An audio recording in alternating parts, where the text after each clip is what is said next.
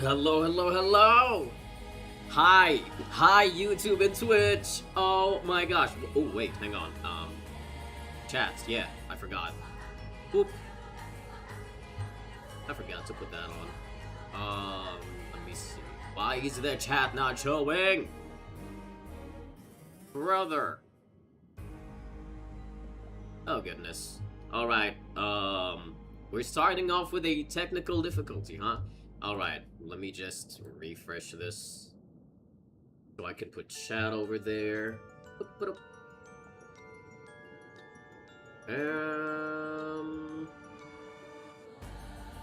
Girl.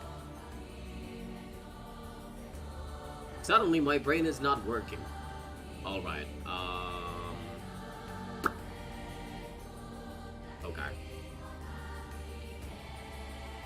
Give me 1 second.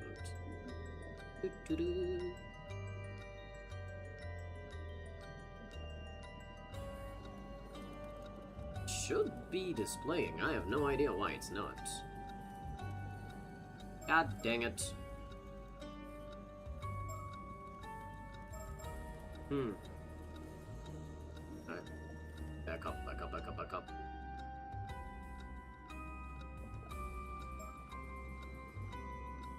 Alright, well. It'll pull up now, future messages, but... Anyways! I'm back! Oh my god, it's been forever. Hi, Tamarindo! Oh my goodness.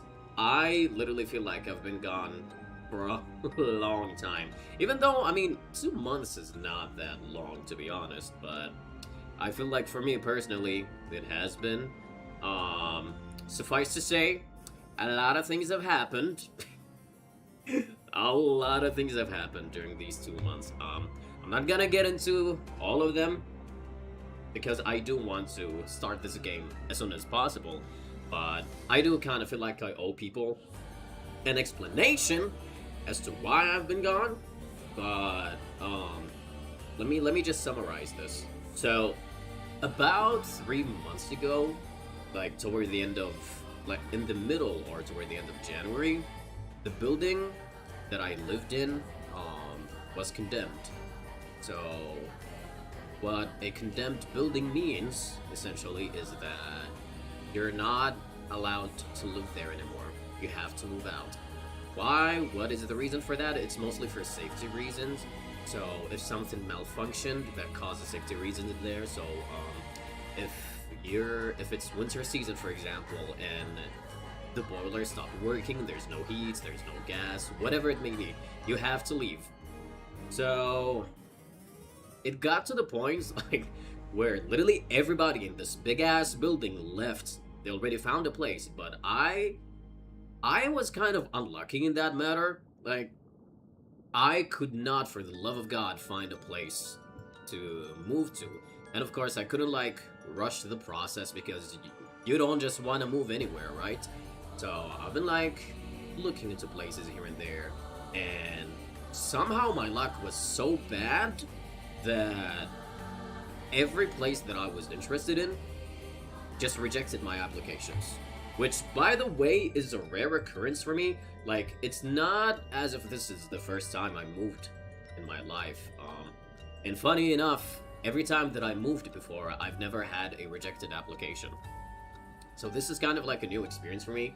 So a few number of, like, places rejected my applications here and there. So it got literally to the point where I was the last person living in the building, and which was a very unusual feeling, I will say so. It felt very empty, but it is what it is, right? I was just looking for places, and fast forward to February, in the middle, when Paranormasight came out, literally on the 19th, I still remember. And if you were there back then, I've scheduled a whole stream for that night, okay? Because I was so ready, and I remember being so excited. I got back from work, and I was like, I'm freeing myself tonight because I wanted to be all about Paranormasight. But guess what? That did not happen. Because that exact same evening, somebody broke into my place. Yeah, So how was that for an experience? It was pretty crazy. Um, and I was there. I was there, to say the least. And I rarely take naps, mind you. It's a very rare thing for me to do. But that day, I thought, you know what? I guess I'll just take a little nap, maybe just lay on my bed, refresh my energy, so that I can use it when I play Paranormasight. And for a little context, my eyesight is pretty terrible. So I usually wear contact lenses, and I have like spare glasses for when I'm too lazy to wear them. But regardless, like, my eyesight is so bad. It's terrible. I can barely see anything without it. So anyways, I'm out here taking a nap, so naturally I don't have anything with me.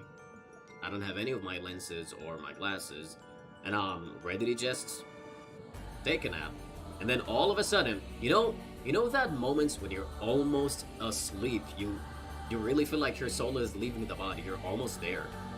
So when that was happening, all of a sudden, I hear my door rattling very, very quickly, and just like that, in the next split second, boom, it opened. Now, thankfully, I mean, of course, that noise, I immediately knew what that is, because it's an unusual noise to hear, right? So immediately, I'm like, hiding. This might be TMI, but I was literally just wearing my boxers, by the way. I mean, I live alone, so why not? So, I was in a vulnerable state. I did not have my contact lenses on, nor my glasses, and they were pretty far away. So I couldn't like quickly go grab them or whatever. My only choice was to literally hide beside the bed. And I was in my bedroom, but the door, of course, was not to my bedroom.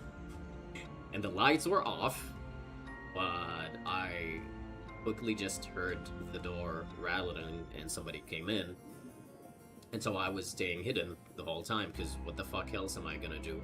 Because if you're gonna go on a burglary mission, high chances are you're gonna have a weapon with you. Most likely a gun, especially if you're in the US, right? So, naturally, as a rational person that I am, I would expect that this person has a gun on them. So, the best case scenario is literally to just stay hidden. So, I stayed hidden, person left, blah blah blah, whatever. That happened. Okay. But, thankfully, my cats were unharmed, and I'm alive. I'm alive. Unfortunately, the person stole quite literally all of my gaming consoles. And I had quite a good number of those. I had a PS4, a PS3, I had a PS Vita, the first Nintendo Switch. What else did I have? That it? Or no? I think those were the only consoles, yeah. That's it as far as the consoles go. But the person also took my streaming mic. So even if for some reason I didn't get traumatized from that experience and I wanted to stream that night, I couldn't because they took my mic away from me. So, yeah. Thankfully, I mean, they didn't see me or anything because I was in it the whole time. But, yeah, that was quite the experience. It took a while for me to, like, quote-unquote get over it, because I'm not over it, of course. But I am doing much better now, and I finally moved out. I got me another streaming mic, so we should be good to go. Yeah, that should be all the updates that I'll be giving. So that's why I've been gone for almost 2 months. Those aren't the main reasons. There's been a whole bunch of stuff happening, but that was a big portion as to why I was gone. But anyways,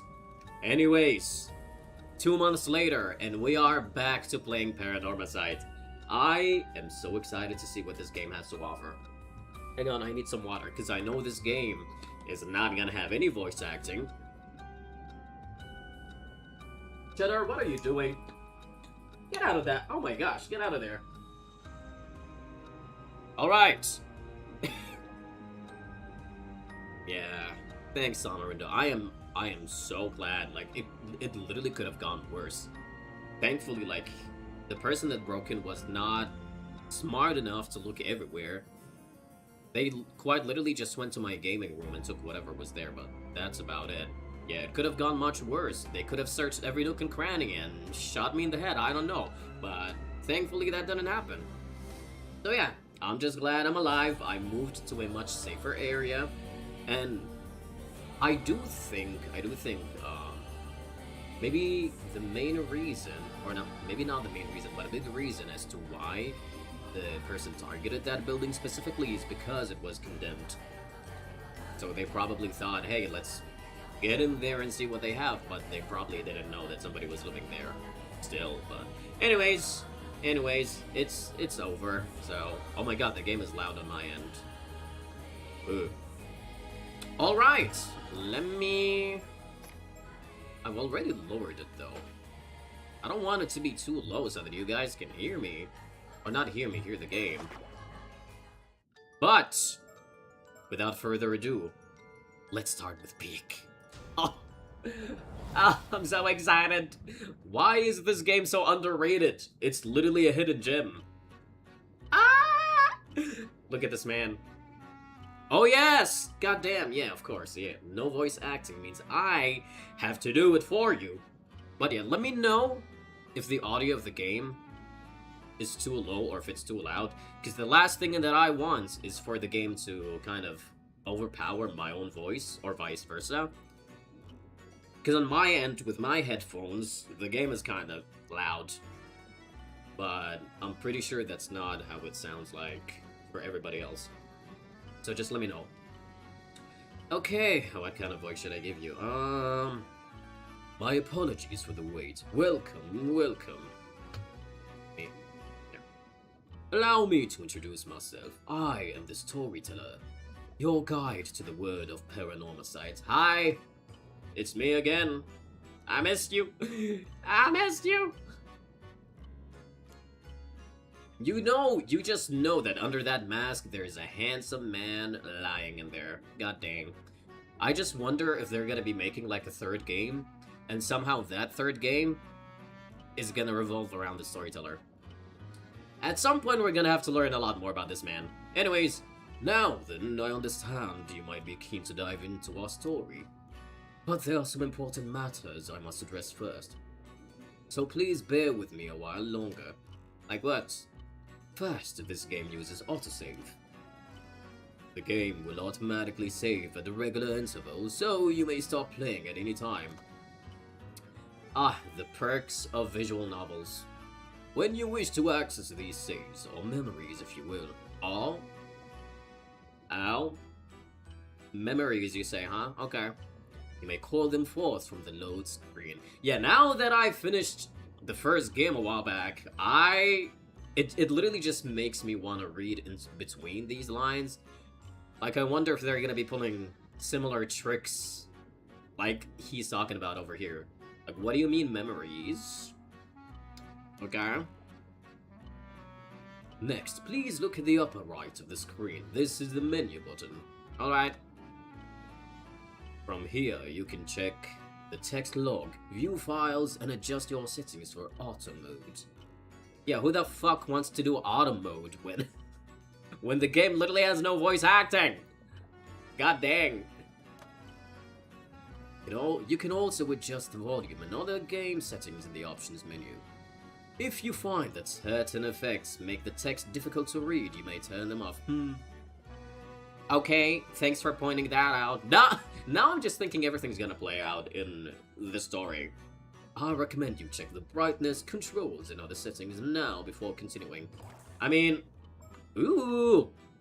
Oh my god, I literally just noticed I'm an idiot. The menu screen is like ocean themed. Ooh! Wow, profiles, we're gonna look into that later. Yeah, I mean...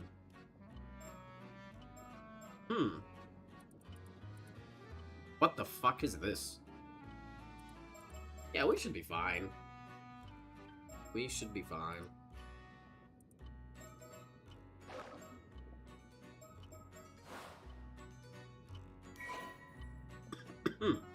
Ooh. Oh yeah, how to play. We're gonna look at this. Let's see if there's something that's gonna catch my attention. Okay, confirm, cancel.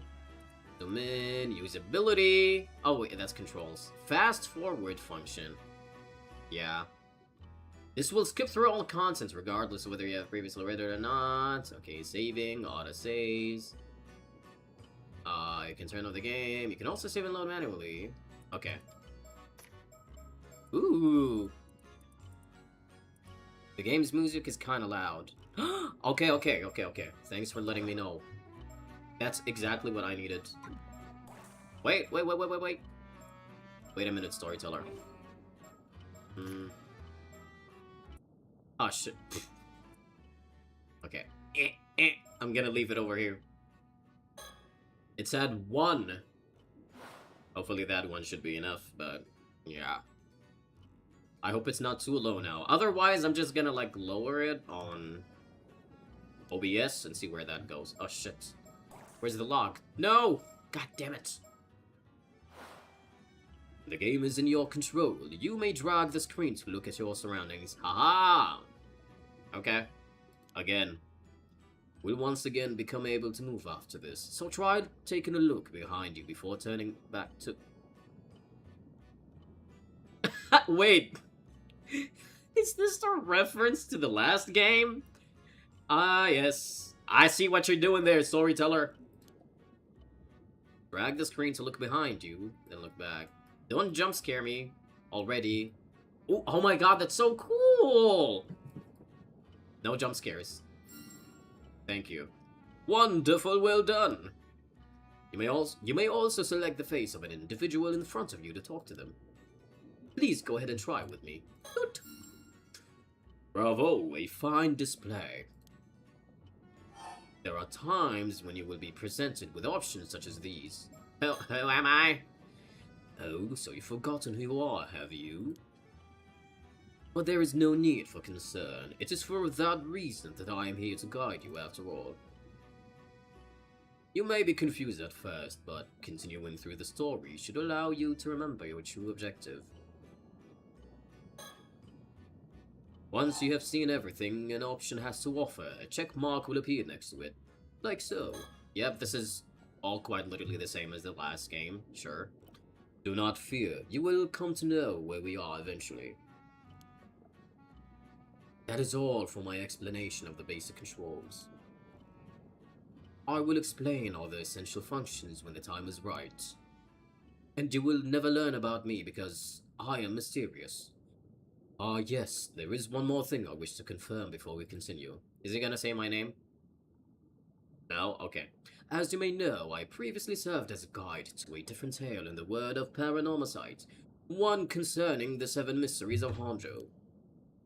You wouldn't happen to be familiar with the events of that tale, would you? I am! Wait, I mean, don't ask me, like, minor or, like, you know, some really, really detailed questions, because I'm probably not gonna remember every single thing. So you are familiar with what transpired during the incident in Honjo. In that case, there is nothing I need to warn you. What? Really? Okay, probably more tutorial stuff, honestly. Well, I believe I've kept you waiting long enough. The tale you are about to experience concerns a number of legends passed down in Ise, I'm assuming it's Ise, not Ice, Ise Bay, a stretch of sea bordering Mie Prefecture. Specifically those legends involving mermaids. Look at that mermaid.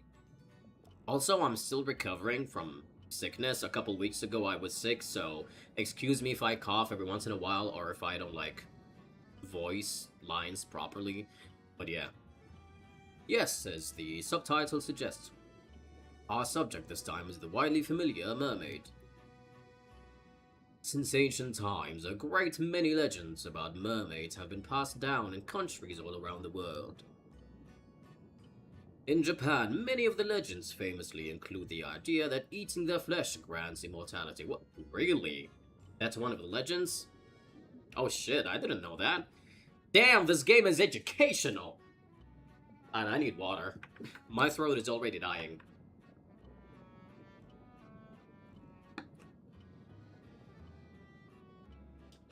Oh goodness, okay. The tale of Yao Bikuni, which continues to be told in such places as Wakaza Province. Modern-day Fukui Prefecture is perhaps the most well-known.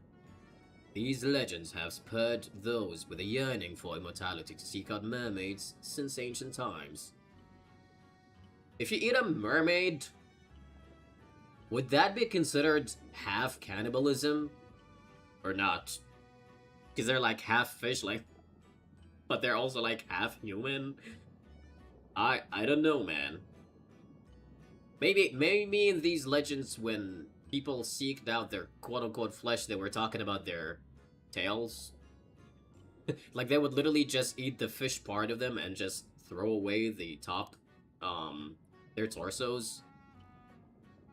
Of course, as I just mentioned. Mermaid!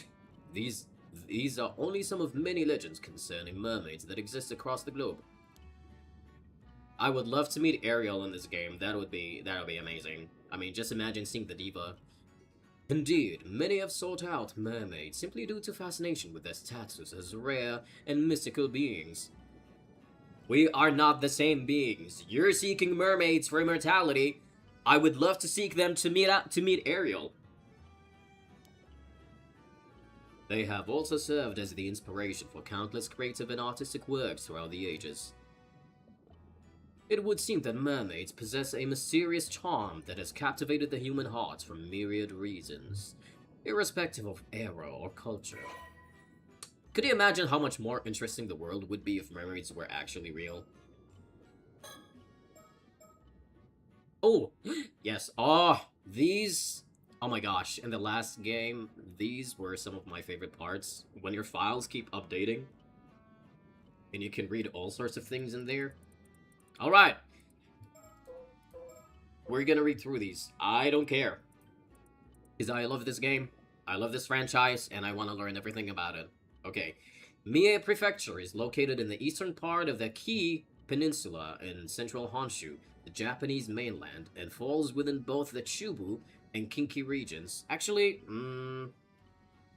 let me put my avatar here. I feel like my avatar, no matter where I place it in this playthrough, it's literally just gonna block, quite literally, anything. So, yeah. But yeah, I'll just put it here for now. For now.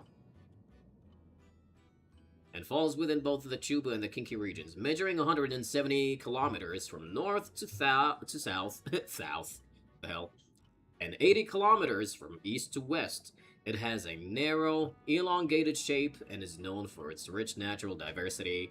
It differs greatly between its northern and southern regions. Also, I'm going off topic very quickly. I don't know what happened, but like today, very randomly, I just remembered Tribe 9. And I remember the days that it came out and how happy I was playing the game.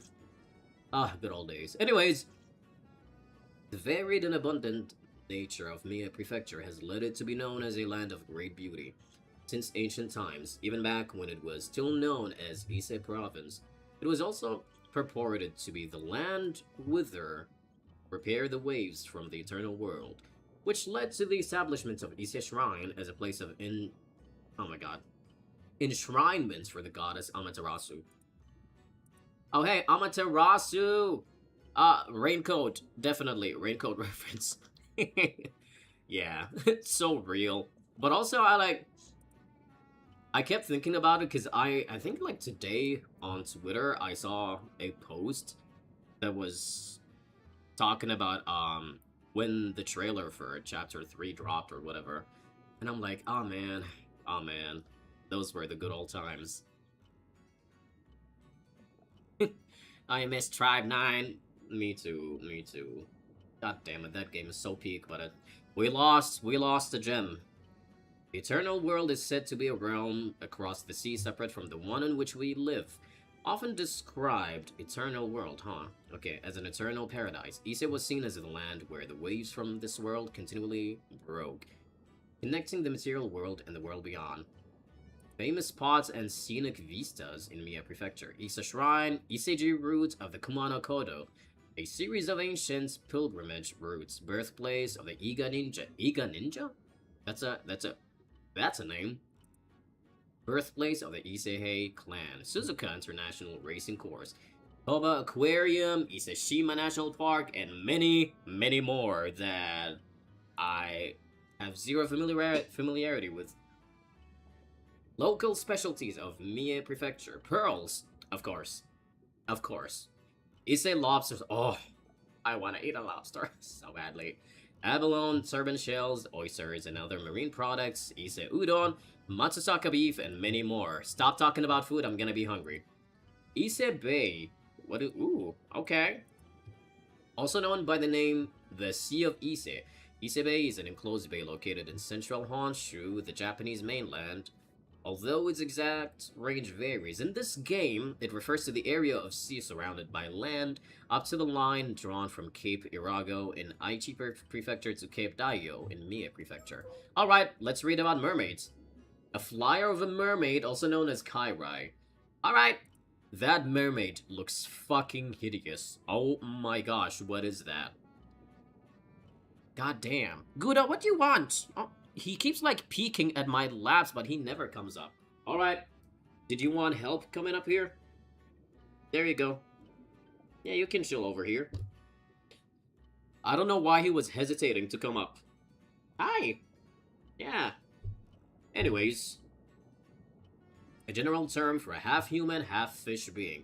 The first recorded appearance in Japan of a creature believed to be a mermaid was more than 1,300 years ago in the Nihon Shoki Chronicles of Japan. At the time, the term mermaid was not yet in use, and most records are anecdotal reports of sightings of creatures resembling both fish and humans in various places.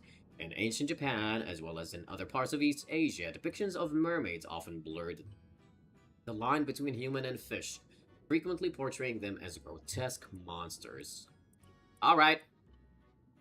The Middle Ages saw the spread of the legend of Yaobikuni throughout Japan, which claimed that eating mermaid flesh could grant eternal youth and longevity. Oh. Wait. Game. I'm not sure if you know this, but eternal youth and longevity doesn't equal immortality, like you mentioned earlier, but okay, pop off. In the early modern period, the image of mermaids diversified, attracting wider public interest. Mermaid mummies, were exhibited in sideshows, and illustrations and literature featuring mermaids became more common. It was also during this time that the depiction of mermaids as having the upper body of a human woman and the lower body of a fish became more widely recognized. Oh my gosh, that illustration looks so good. Although, you know what? The main menu's artwork seems to be inspired by this portrait right here. Like, the art style looks fairly similar to this. Although the details vary from country to country, most common depiction of mermaids in the West likely stems from the sirens of Greek mythology, sea monsters that over time came to be represented as the familiar half-fish, half-human figures. These mermaids were thought to be more akin to spirits or fairies in nature, enchanting those who encountered them with their beautiful feminine appearance and singing voices. Many records of mermaid sightings by sailors during the Age of Discovery have been preserved, and some theories suggest that mermaid sightings and their associated legends may in fact have originated from a sea mammal called a dugong. Which I have no idea what that is, but there we go. Alright, storyteller! Sorry for making you wait for quite a while. Ah yes, the files added just now should provide a general overview of the terms that came up in our conversation. It seems you have already taken a look, but I do recommend reading them if you have the chance. They may allow you to enjoy the story even more. I mean, come on, Luke. I was supposed to tell you to do that, but you went ahead and read them before I told you. What the fuck? Words highlighted in pale blue usually indicate that there is a related entry in your files. Now then, allow me to introduce the primary setting of this tale. Majority of our story takes place on Kameshima, an isolated island in the waters of Ise Bay. Okay, I guess we're gonna be there. Oh, hi. So Kameshima. Ah! Oh wow, that is a tiny freaking island. Hi. An island situated between the Yatsumi and Shima peninsulas, and the most distant of the 4 populated islands, under the administration of Toba City in Mie Prefecture. It has an area of approximately 0.7 square kilometers and a population of about 900. 900 only? Well, I mean, it is an island, so I don't know why I'm surprised. The island's name comes from the turtle-like shape with kame, meaning turtle in Japanese. Really? Oh my god, you're right, it does look like a turtle! These are like his little foot, his little hands, his face. Famous for its karst, landscapes, and other beautiful scenery, Kameshima is a popular location for tourists year-round. Recently, the island's youth organization has been leading a revitalization effort to boost the local economy and strengthen the community. Creating an island logo and a mascot character. Oh my gosh, there's a mascot character in this game. Kameshimaru, which are expected to bring more people to the area. Alright. Tamarindo, if you're still here, I do have a question. I'm pretty sure you finished this game already. How much would you rate it on a scale of 1 to 10? I'm very curious. Now, I'm not gonna let that influence my experience, but I'm very curious. You will experience events through the eyes of a young resident of the island, one Yuza Minakuchi. Hi, Yuza. You look really great. Nothing else. Please remember that. Well, I believe this ends my initial explanation. Bon voyage, and do enjoy the tale. Bye, handsome. I'll catch you sometime. Probably when a character dies. He's literally gonna pull up and be like, "Whoa, what the fuck, Luke?" Guys, if you didn't know, Kameshima is a fictional island. You will not indeed find mermaids. Mermaids do not exist. You wish, but they don't. Did you come to me or did I go to you? I cannot recall whether it was a dream or reality. I cannot recall if I was asleep or awake. The Tales of Issei Passage 69, blah blah blah blah. Do not scroll by so fast. August 7, 1980-something morning. Toba City, Mie Prefecture, Kameshima, Southern City. Oh my gosh, I miss Paranormasight so much. The artwork in this game is phenomenal. Phenomenal. Art design. 9 out of 10, that's a big-ass score. There's some parts, you know what? That's expected from Paranormasight. Some parts where the exposition got too much, or some of the puzzles were too... Oh my god! Yeti! Hello! Gosh, I'm so excited. So, Azami, that's the buddy. Oh god, here we go. Voices while I'm still recovering. Right, this should do it. Oh god, my throat already hurts. Damn it. Yeah, it's been a while since I was sick. I don't understand why I'm still recovering. Holy hell. Like, every time I voice act, my throat just starts hurting. Anyways, all good to go, Yuza. Oh my god, look at that, he has like a little star on his robe. And what the fuck are you doing? You're playing tic-tac-toe? With that? Well, okay. Yep, ready as ready can be. I feel so light. I bet I could even outswim a shark. You cannot. Dude, his design is amazing. I love it so much. No, more than that, I was born for this moment. The legend of Kameshima's patron saint of diving begins today. Oh my god, are you a dork? I love him. He's so cute. Yuza Minakuchi. When aren't you sick? Seriously, I hate it so much. Gosh. Profiles updated. Here we go. He's 18. He's a baby. Oh my god. What the fuck, bro? A young man born and raised in Kameshima, although generally quiet and serious, he has an eccentric side that often sees him make jokes and wisecracks with a straight face, catching whoever he's talking to off guard. After losing his... Oh, there we go. There we go. Protagonist losing his parents. We love to see it. Alright, Diva, let's see. After losing his parents in the large-scale maritime accidents 5 years ago, he was raised by his grandma. Veteran amateur driver Tsuyu Minakuchi. He briefly found work at a seafood processing plant in Toba after graduating high school earlier in the year. But upon hearing that Tsuyu had injured her leg, forcing her to retire from diving and causing difficulties in her daily life, he quit his job after only 3 months and returned to Kameshima. At present, he's caring for Tsuyu while looking for work on Kamishima, and he has recently made the decision to follow in Tsuyu's footsteps and become an Ama? I don't know what that means. Ama diver himself. Although he has been unable to bring himself to enter the sea since the disaster. Ooh. Oh, so his parents' death had something to do with water, huh? Interesting. He's hoping that his previous aptitude for swimming will lend itself to a natural talent for Ama driving. His current diver rank is 1, whatever that means. I'm sure it means something. Quiet and introverted as a child, he began to show a more animated side upon befriending Azami Kumoi, which I am pretty sure is not gonna die at any point in the story, ever. A boy his same age, and it eventually became a common sight to see them getting up to mischief together. Although the maritime disaster 5 years ago saw a drastic shift in the way most of Kamishima's inhabitants treated Yuza, Azami alone continued to treat him the same.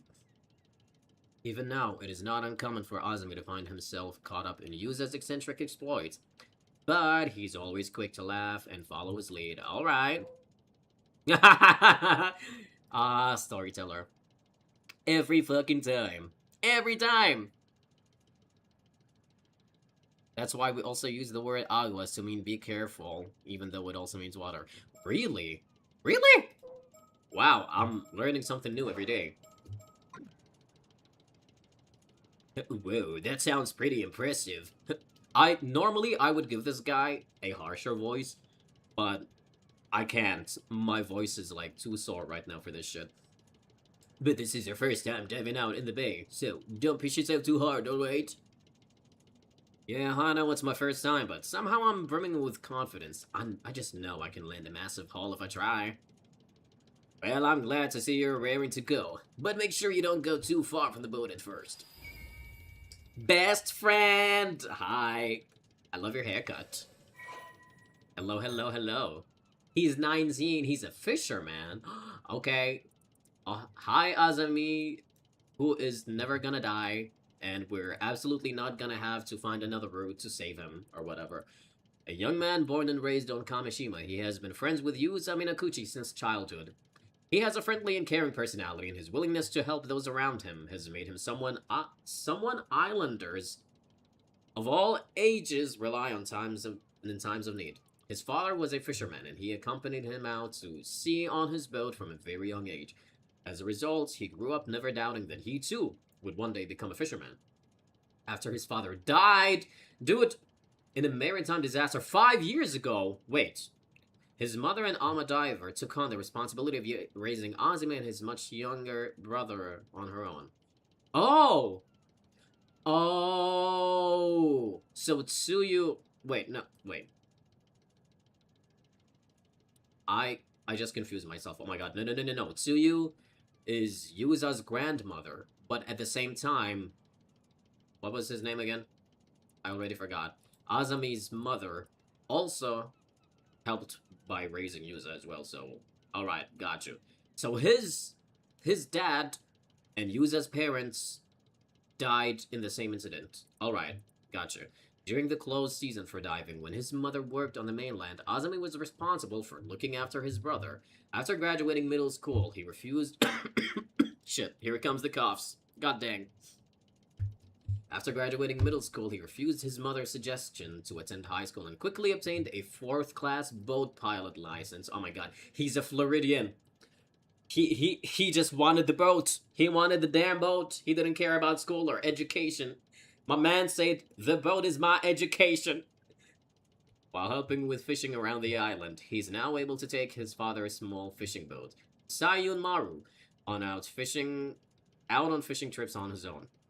He has a frank, easygoing relationship with Yuza. I mean, if you couldn't tell that before, you know, his childhood friend, and the two often get up to mischief together. Although he was happy for Yuza when he left to attend high school on the mainland, and later found a job there, he also felt somewhat lonely. Aww.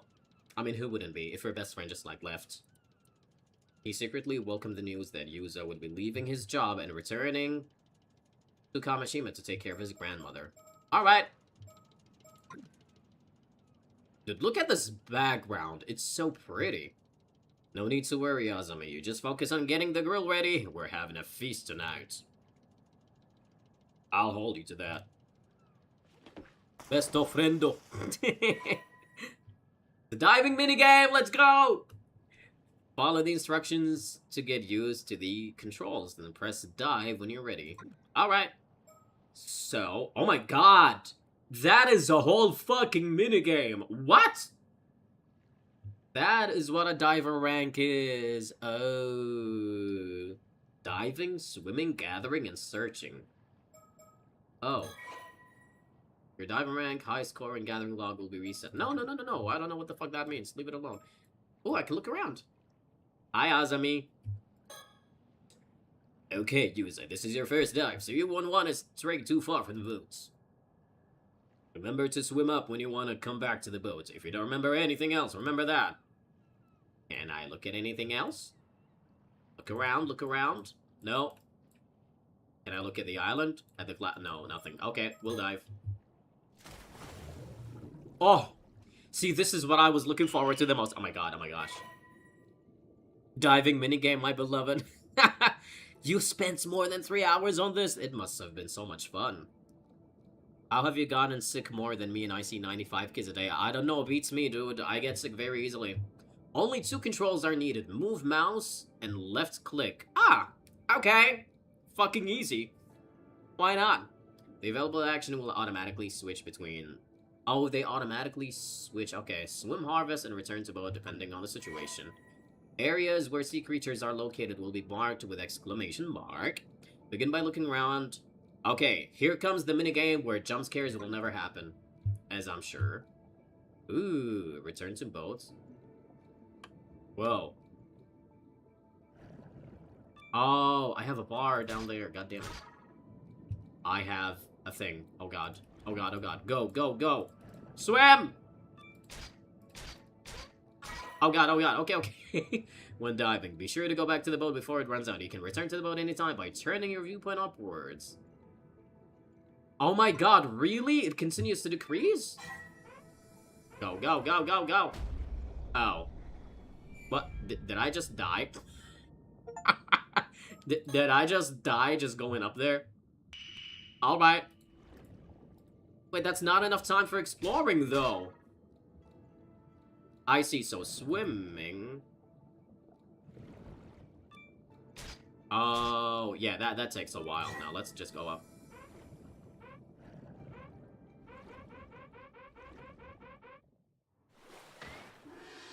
Gathering complete. So, you only have enough time to gather one thing? I'm sure it gets better when the diver rank goes up. Alright. That covers the basics for underwater gathering. Replay the tutorial now. Become a teacher, it builds your immune system. No thank you. I do not want to deal with kids. Especially middle schoolers. Okay, looks like you're all warmed up. Let's go out a bit further so we can look for something bigger. Oh god, my throat. The biggest catch you can get at this time of year is probably abalone. Snagging just one is something to be proud of. But remember that sea creatures are living things. They'll change places every time you dive, so be careful. Alright. Ooh, diving controls. Only 2 controls. Looking around. Yeah. When there's nothing in front of you to interact with, the available action will change to swim. Each use of the swim action will allow you to take a single stroke forward through the water. Every stroke will consume a set amount of oxygen. Yeah, we kind of figured that. Gather your catch. Once you get close, a target symbol will appear, aligning your viewpoints. Yep, and then there's gather. Watch your remaining oxygen. Damn, it still decreases on your way up too. Oh. When you return to the boat, your score will be calculated. Okay, it goes towards raising the diver rank. Figured. Okay, diving skills allows you to stay underwater for longer, thankfully. Allows you to swim faster, makes it easier to gather sea creatures. Okay, detecting sea creatures. Oh, okay. Each skill can be upgraded to a maximum level of 5. Alright. Still increase their diver rank even after reaching the maximum. Whoa! Okay.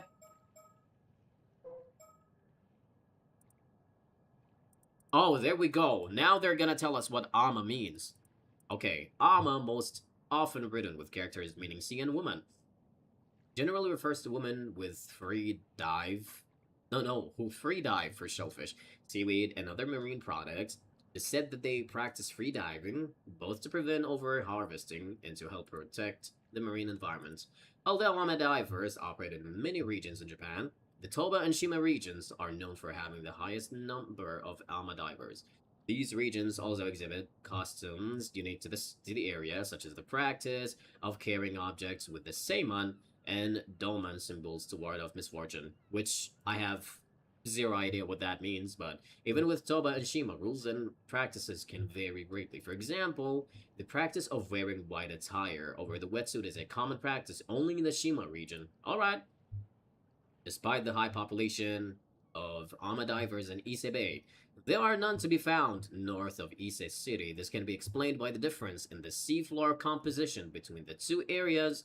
While the sandy seafloor near Ise allowed for net fishing, the rocky seafloor in the Toba and Shima areas made net fishing difficult, leading to the adoption of free diving as an alternative.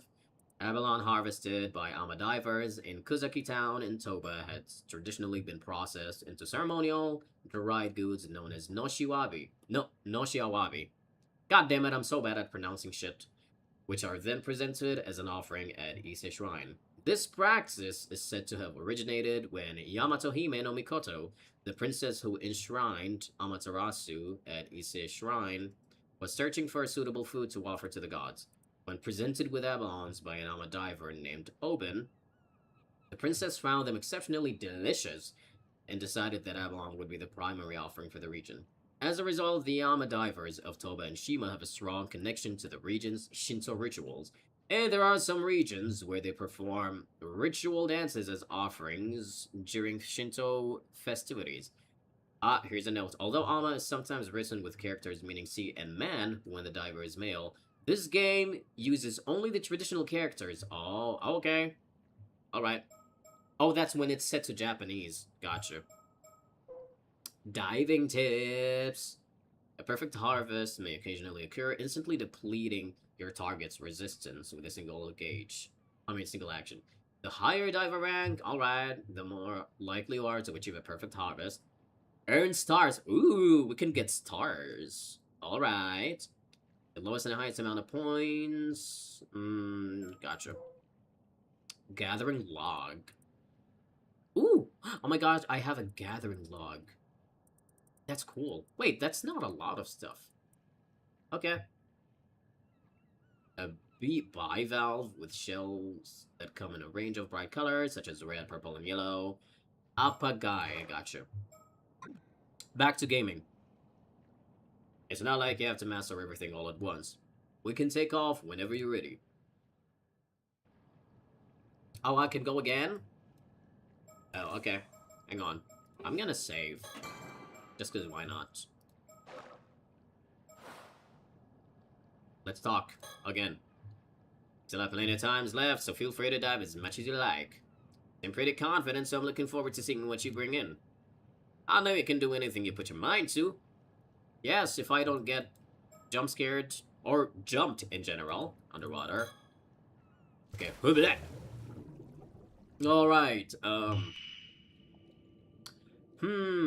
let's go over there. Alright. Alright, I don't have time to do anything else, because diver rank 1, you can literally only get one thing. God damn it. That's so bad! I want to explore more! If only I was a mermaid in this game, good lord. Ooh! Well, definitely diving. I need more of that.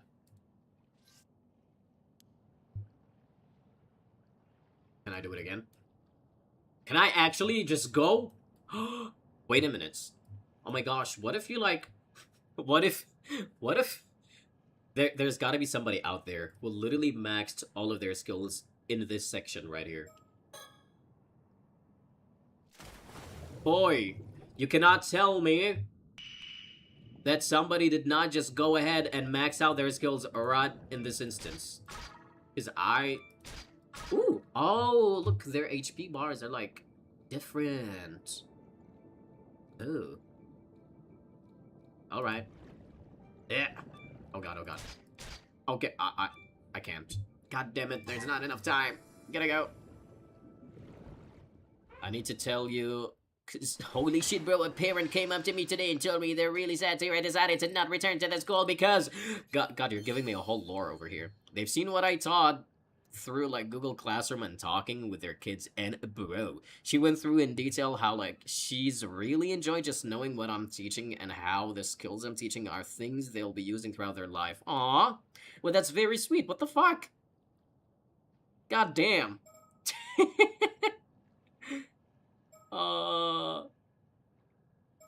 Alright. Let's put more into diving.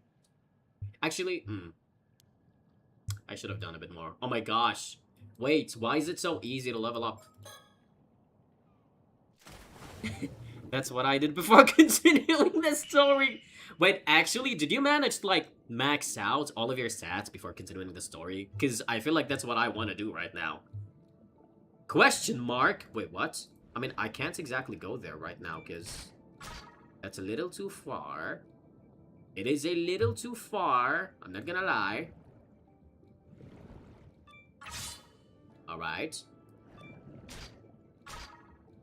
Oh, these are all, like, big stuff. Alright, alright, alright, alright. Let's go, let's go. We'll stay safe.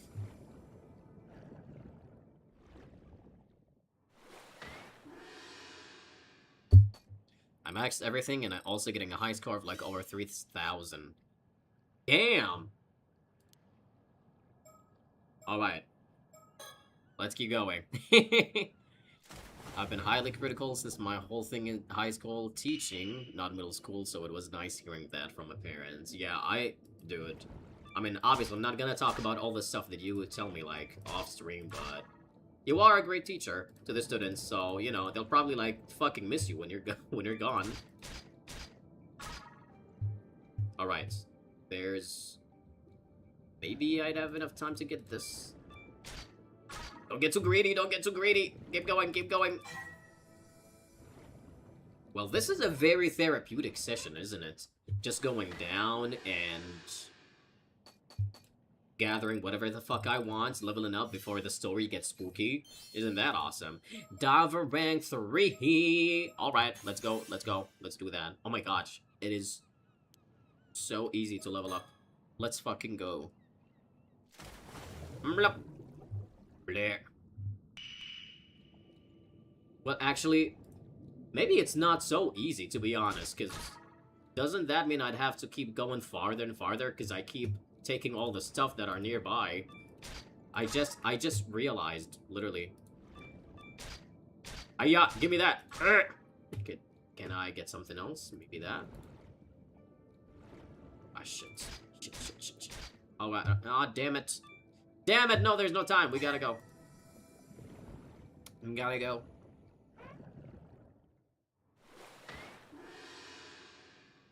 Dude, my best friend must be out there like, okay, I know you wanted to dive, but I didn't ask you to break the fucking game mechanics and max everything out right now. It's okay. It's okay, Azami. See, this is why he's actually my best friend, because he is so patient. Thank you for being patient with me. My man. Wait, no, the things actually, like, respawn. Don't they? I literally might be tripping, but I swear to God, I feel like they're respawning. They have to be. Alright, 3 things enough. It is kind of crazy, though, that going upwards literally takes almost half of your bar. I mean, pretty sure it gets better later, but yeah. Yeah. Rank up! Alright. Gonna put you to level 3. Let's keep gathering. Diving enthusiast, yay! Alright, we're gonna go again. And then I'm gonna talk to Azami, because I'm almost wondering if he's gonna have new dialogue. To be like, dude, what the fuck are you doing? I don't know, man. It's kind of fun. I wonder if I can catch fish, low-key. Ooh, no, that's just shell again.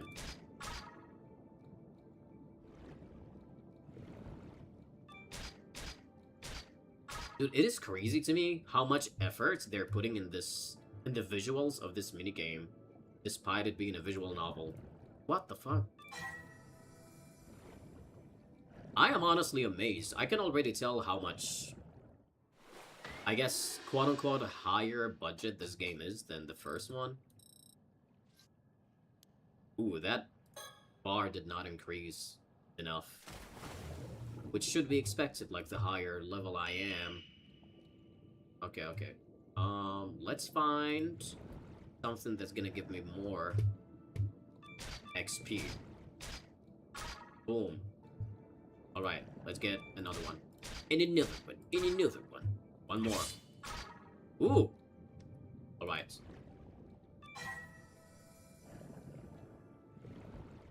Three at a time, baby. Three at a time. Hmm?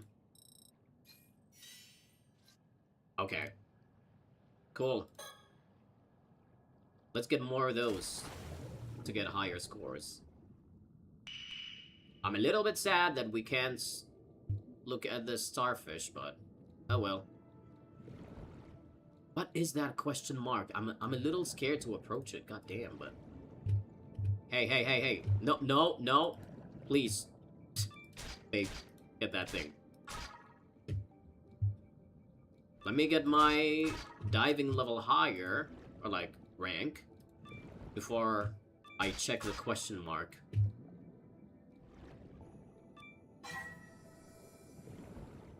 And we definitely gotta put more points into gathering, though. I gotta do that right now. Alright. Gathering. Yeah. Hey, Azami, what do you think about what I'm doing right now? Don't get too greedy. It's dangerous to stay out until you're almost out of air. Oh, you still need some air left to make it back to the boat after all. It's important to know when to give up the chase. No, thank you. I think not. The game is literally giving me the freedom to max everything out right now, so why not take the opportunity? Because who knows when I'm gonna be able to do this next time, you know? Alright. Stop going over the damn thing. Just get it. Yeah, get it. Look at that little star. Okay, get that. Uh-huh. Yeah. Alright. I guess take that shellfish. On. Alright. Uppy up ups. Uppy up ups. Guys, who cares about lore anymore when you can literally just spend the rest of your time diving in this game? I feel like that's a great experience, you know? That did not give much EXP.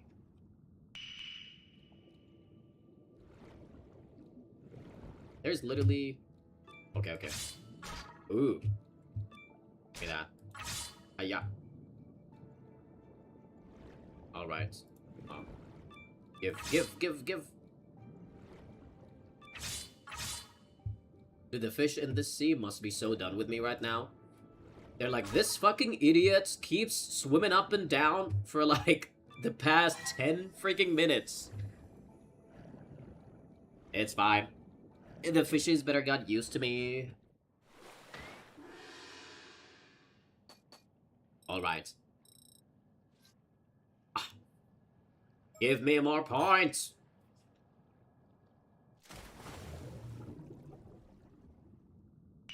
I see a sea urchin. Alright, we're going back. Hi, fish. Alright, get that thing. Doo-doo-doo. I wonder how far you can actually go in this game. God damn it. Alright. We up.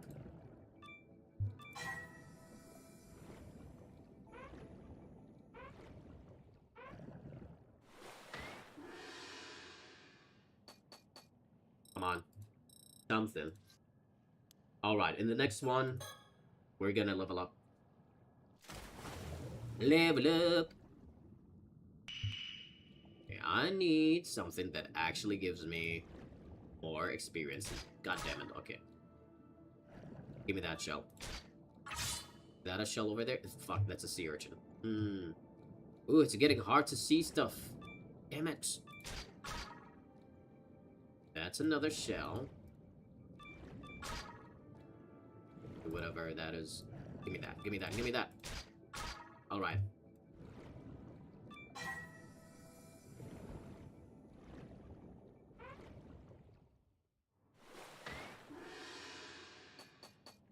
Okay. Should be good enough. Are you serious? No! Ah! It's like literally 1 point. God dang it. Okay. Alright. Well. Be all of that. More. Give. Ooh, there's a shell over there. Should be enough, come on. Maybe... Whoa. Why am I so invested in this minigame? I don't get it. It's so much fun. Even though you literally only do like 2 things. You just swim and catch.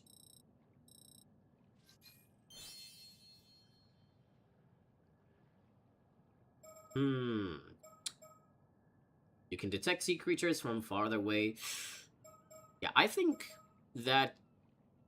I should save this for, like, last or whatever. I gotta prioritize the first 3.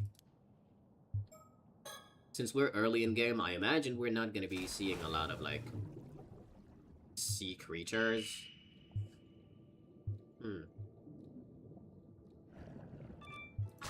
Boop. Boop. Boop. Get it. Get everything. Literally. Give me that. Okay, and the next time we swim, I'm gonna save so that we can check the question mark. That seems like a good checkpoint.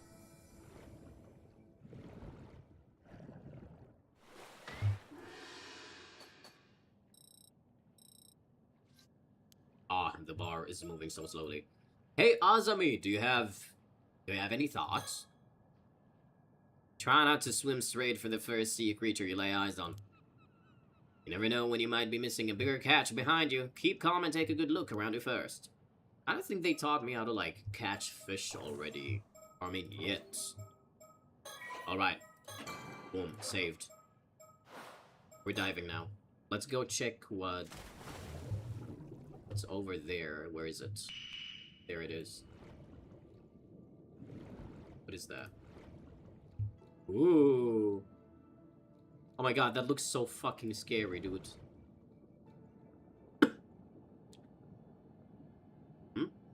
Oh! Oh, that's from the trailer. Oh shit, did this advance the story? Oh no, don't. Don't you dare. Can I leave? Can I... What the hell is that? I am the shadow. My true self kind of shit. I? Me? Get away from me! Bleh! Ah shit, that was the opening. Wait, no, I wanted to swim! I wanted to dive more, god damn it. I don't know why I thought that was just gonna expand, the area that you can, I guess, dive to. That's a lot of dead people. Hello? You know what? I'm pretty sure we're gonna have an opportunity. Dive failed? Wait, what? What? Seriously? Oh my god. That's hilarious. Oh my god, that's so fucking hilarious. I literally thought that was gonna advance the story. But you know what? Knowing Paranormasight, that absolutely meant something. You just don't know it yet. It's gonna be relevant to the story, just trust me. Trust. That's why they had the option that says stop diving. Because I am pretty sure you could do something with that info. Alright.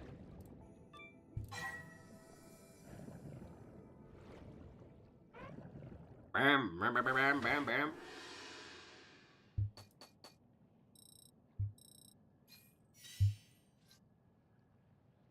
Alright.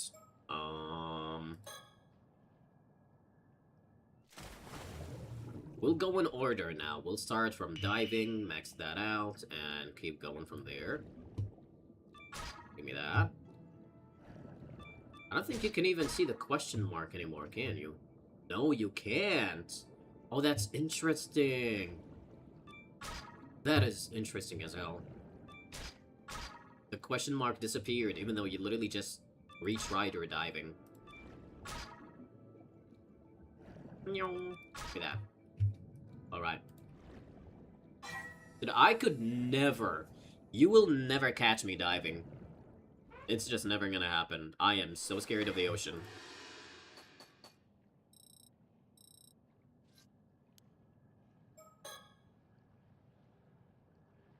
Boop.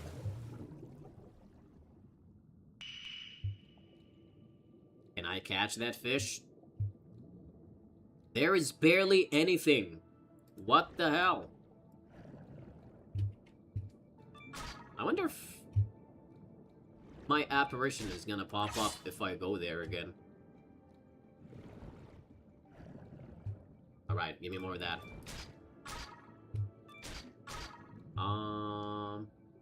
Shit. Alright. It's gotta be enough to go far.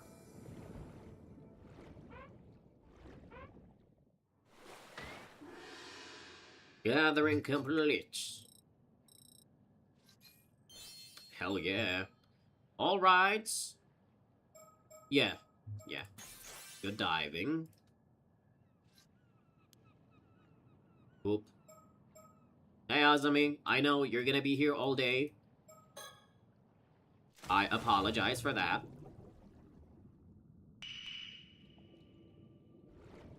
Also, I gotta say, I love this RNG. Every time you get down, it's like random stuff are here, up for gathering. They're not always placed in the same spots, which is okay. I guess it would be luck-based then. God damn it, gacha. In my visual novel, you can literally never escape gacha. God damn it. I feel like nowadays gacha is like literally everywhere. It's gotten so mainstream back in 2020 that it's literally just in every kind of media right now. They just love implementing gacha no matter what. And they keep coming up with like creative ways to implement it. But okay. We love diving. My Coco Melon. I agree. Okay. You know, I am so glad that Azami is our best friend, because otherwise he would have abandoned our asses. He would have been like, you know what, fuck you, you're gonna be diving on your own. I've got responsibilities at home. Give me more of those shells. I'm not sure if these are even worth taking, or like grabbing anymore. Like, these shells seem to be the only ones that are worth grabbing. But, you know what? I'll take whatever's in front of me. Give me that sea urchin. Okay. Back, back, back. Go back. Gacha is very oversaturated now. I know, right? Like, when I first discovered gacha back in, I think it was 2018. Yeah. My first exposure to gacha was essentially, a rhythm game that was called Suki Pro, which is shut down. But, I played that before. I was so confused at what gacha was, I literally did not understand what to do with it. Actually, no, I lied. My first experience was actually Honkai Impact 3rd. But I was so confused when I first started playing the game, back in 2018. I literally had no idea what gacha was, so I just played the story, whatever was up in the story at that time, and that was it. I was not aware of the gacha system in the game. And then I played Tsuki Pro, which had like cards in it or whatever, like any typical gacha rhythm game. And then it got shut down. After that, I played Bang Dream, which I still play to this day, just not as much as I used to before. But back then, that's how I got myself familiar with what gacha literally meant in gaming. And I was like, oh, so you'll have to spend hours and hours to grind to get a card? Okay. Okay. And then that was it. Yeah. It's also the problem with companies wanting a quick money grab and stuff like that. Yep. Yep. And then after playing Bang Dream, Girls Band Party, yeah. That's when I got into the rabbit hole of gacha gaming. And when I say I got into the rabbit hole, I don't mean like spending or whatever, because I was never like a big spender in gacha at all. I would lie if I said I never like spent money on those games, but I've always spent responsibly. Thankfully, I know how to control myself. But yeah. Then Genshin came out. Like, before Genshin, gacha was still like not mainstream. It existed, but it was still not mainstream. Like, not a lot of people knew about it. And then Genshin became a thing, and now pretty much everything uses gacha. And it's such a toxic system, too, that feeds into you, and you're like, god damn, like, I absolutely fell for it before. I don't know what the appeal of gacha is, but, like, there's something toxic yet appealing about it. Not anymore, I don't do that shit, but, like, back then when I first got exposed to gacha, that's how it felt to me. Like, you know it's a bad thing, but you're still into it.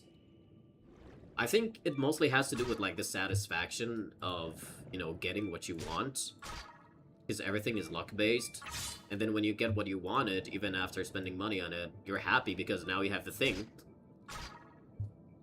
But, yeah. All the companies that use gacha, with real-ass money, toxic-ass system. Do not like it. Unfortunately, I say that and I'm still hypocritical because I still play their games. I don't play Genshin anymore, but that's like for another reason, mainly. I just got burnt out. But I still play games like Honkai Star Rail a lot. I occasionally play Wuthering Waves. I still play a bunch of rhythm games. I play Bang Dream, Project Sekai, D4DJ, Ensemble Stars, all sorts of things. Back then, when I first got into Bang Dream, and then I introduced myself to, like, other gacha rhythm games, I was obsessed. I was so freaking competitive with rhythm gaming. I'm not gonna lie, like, I think it was kinda bad. Because I've always been this perfectionist and competitive in, like, things that I really enjoyed. Back when I was much younger, it was a thing, unfortunately. So, I would do my best to, like, do full combos on the expert modes, or, like, the high difficulties. The highest difficulties of the rhythm games, because I still am capable of that, but, like, back then I was obsessed with doing that. Oh shit, go back. I got so obsessed with talking. But yeah, I was so obsessed with doing it, I would play rhythm games, like, on a daily basis back then. That was years ago, by the way. Years ago. And, I remember, like, times when I would get so upset when I miss, like, one note that ruins my full combo on, like, these expert modes, that I would, like, smack my freaking furniture. It was bad. And then, like, on a random Tuesday, you know, I'm laying on bed and I was like, this is bad. I literally need to stop. And so I stopped. Not completely. Like, now, I'm not as competitive as I used to be. Thankfully, I stopped myself, because self-control is important. And now I'm happier than ever. That I don't have to worry about not full comboing every stupid-ass song that comes out in a game. Because back then, whenever, like, a new song comes out in, like, Bang Dream or whatever, I would be like, well, time to get back home and full combo this song. Now I don't do that anymore, which is great. Thankfully, I don't. But yeah. That was my introduction to gacha. It's kind of funny, like, now that I think about it, I think that was more so my introduction to rhythm gaming than gacha itself, but okay, I mean, they kind of go hand in hand, to be honest. They do go hand in hand. And I remember when Project Sekai first came out, I was also like, back then when it first came out, I was still like really, really competitive about rhythm games. Oh, go up.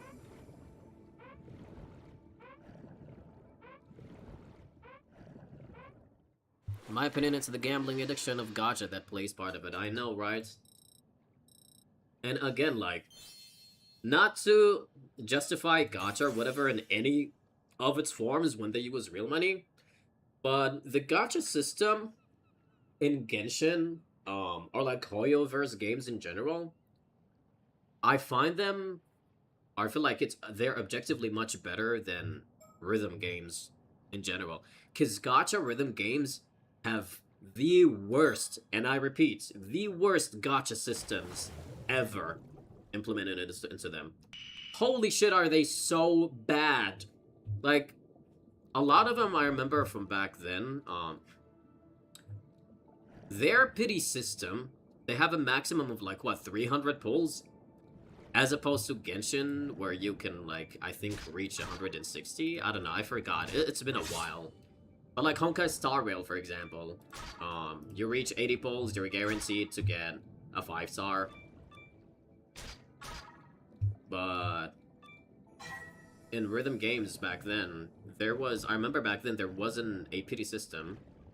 You'd have to reach like 300 pulls if you want to get the card that you want. After gacha became mainstream, they started like, you know, learning from, I guess, Hoyoverse, and then implemented some different pity systems, earlier pity systems. But holy shit, they're still bad. This is why, in gacha rhythm games, I will never, and I mean I will never, spend money on the freaking cards that they have, because it's just so bad. Like, honey, at least, if I want to spend money on a character, I would rather spend it on gacha games like Honkai Star Rail or like Genshin or Wuthering Wave. Because they're, at the end of the day, they're characters that you can actually control and play with them, right? And have their own animations and whatever. Like, there's a lot of effort put into them. Why the fuck would you want to spend money on a character in a gacha rhythm game? I don't get it. Because it's literally just a fucking card slapped on the screen. Occasionally, when you're playing the rhythm game, like, that card cuts into it, and then they have, like, voice lines or whatever. Some rhythm games have, like, I guess, animations in the back or whatever, but there's literally no point in spending money on gacha rhythm games. It's literally just cards. You might as well just go print a picture of that card and slap it on your wall or something. Or, I don't know, get you, like, a sticker book. Or, like, a little folder, like, an album book or whatever. Print those pictures and just collect them, you know?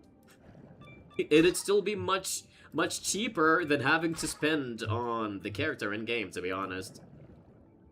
Like, I would much rather do that than spend money getting a gacha rhythm game character. I'm sorry, like, it's worthless trying to get those cards.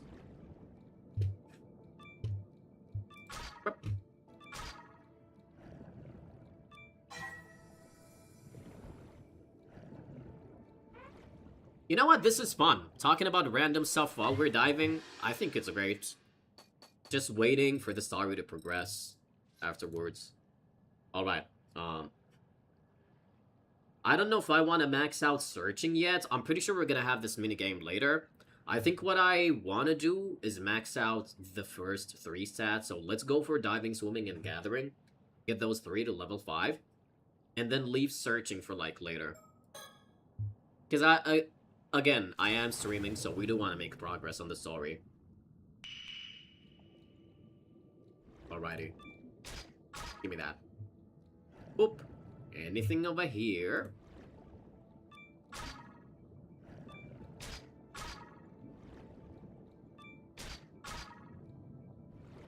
But yeah. I always get interested, like, talking about gacha games in general, because there is so much to talk about, you know. There's a lot of things that are up for discussion.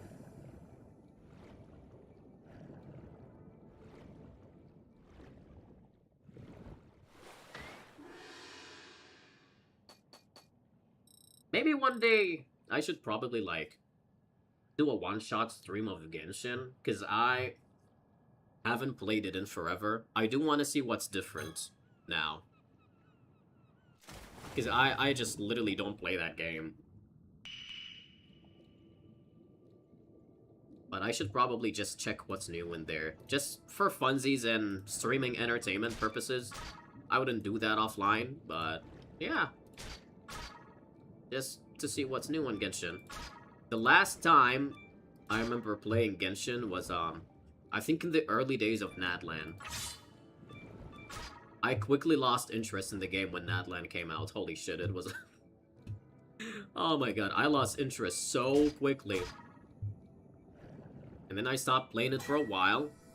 And then Mavuika's banner came out, so I remember literally just logging into Genshin, and the only thing I did was try to pull for Mavuika and logged out again.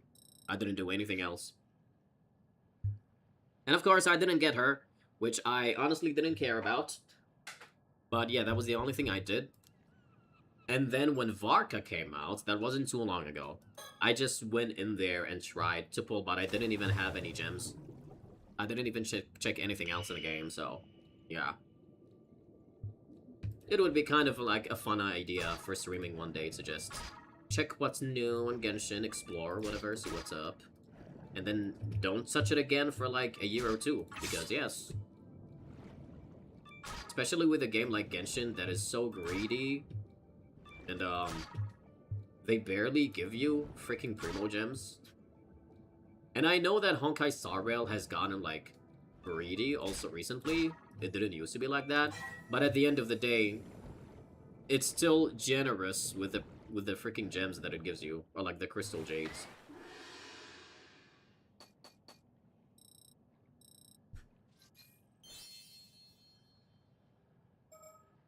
Yay! We maxed out diving! Isn't that great? By just talking about gacha games. That's lovely.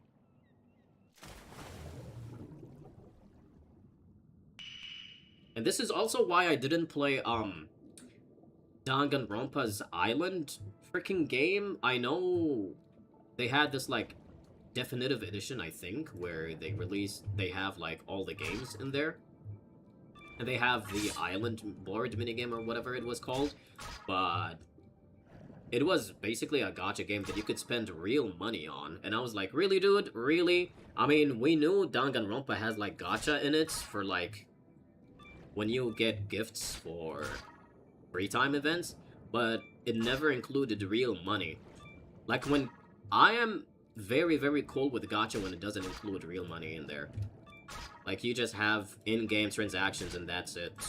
But for some reason, Danganronpa decided to implement that system in there, and it was kind of weird. So I'm like, bruh, okay. Only time I came back to Genshin was when Fontaine released, and then never played again. Yeah. Yeah. You know what? That's about the same time that I actually, like, stopped Genshin. Fontaine was the last thing I remember fully playing. So, you and I had, like, similar experiences on that. But, yeah. I miss back when I enjoyed Genshin a lot, back when I first started the game. But, unfortunately, like, I mean, there's multiple reasons I stopped playing Genshin.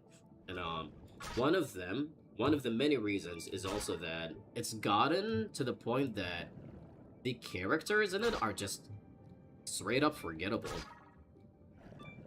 Like, yes, Columbina sounds great, but most of the characters that are out now, you literally cannot compare them to the past characters. Like, literally everybody is so forgettable. The designs are not really that great in my opinion. I'm not a big fan of Genshin's character designs nowadays. Like, you literally cannot name me a character that is on the same wavelength as, like, Xiao or Zhongli or Raiden or Farina. Back then, there were all sorts of, like, memorable characters. And I'm not talking, oh, gameplay and design. I'm talking, like, a little bit of everything. Back then, there were actually beloved characters that were so, like, memorable, you know? I don't even know how to explain it properly, but yeah. Nowadays, I deadass cannot name a single fucking character. I still follow, like, Genshin's Instagram page, so I do see character showcases here and there. And I swear to God, I can't name you a single character. Well, that's an exaggeration. I can name Varka and Columbina, but it's just very rare nowadays that you get characters you can remember from Genshin. Like, I literally do not care about most of the characters. And I don't know what happened to the character designing for Genshin, it's just not it. And I care about designs a lot, solely because I love designing myself. I love designing in general. So I do pay a lot of attention to that. And that's why I'm not a big fan of Genshin's characters too. Ooh, what is that? Whoa! I never harvested that. Wait, maybe I did, I don't know. I think I did, like, earlier. God damn! Okay, big catch, alright. But yeah, that's a big reason why I really like, why I still really like playing Honkai Star Rail. And I mean, the game has a lot of faults too. It does. I'm not gonna be glazing Honkai Star Rail or whatever. And it does have a lot of flaws. But character designs is not one of those flaws. For sure. Honkai Star Rail's team is really good at designing their characters. Especially the fact that they have a really good balance between designing, or like implementing male and female characters in the game. Which is something that Genshin really lacks. Like, I need more men. I need them. And I'm so happy that Star Rail knows what's up.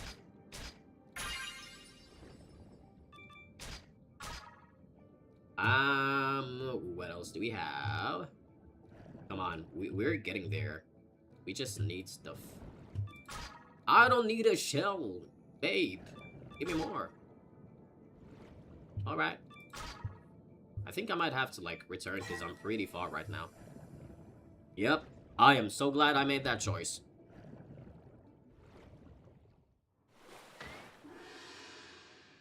Alright.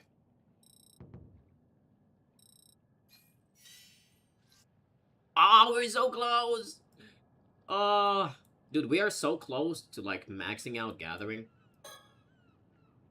Whoa, is that an Amulet? That's amazing. You really are the patron saint of diving. You already rank 12, and just look at the haul you brought in. That's amazing. Dude, I love that Azami has multiple dialogues throughout this whole minigame. Now all that's left is to dive to heart's content. Just say the word when you want to head back. Oh, buddy boy.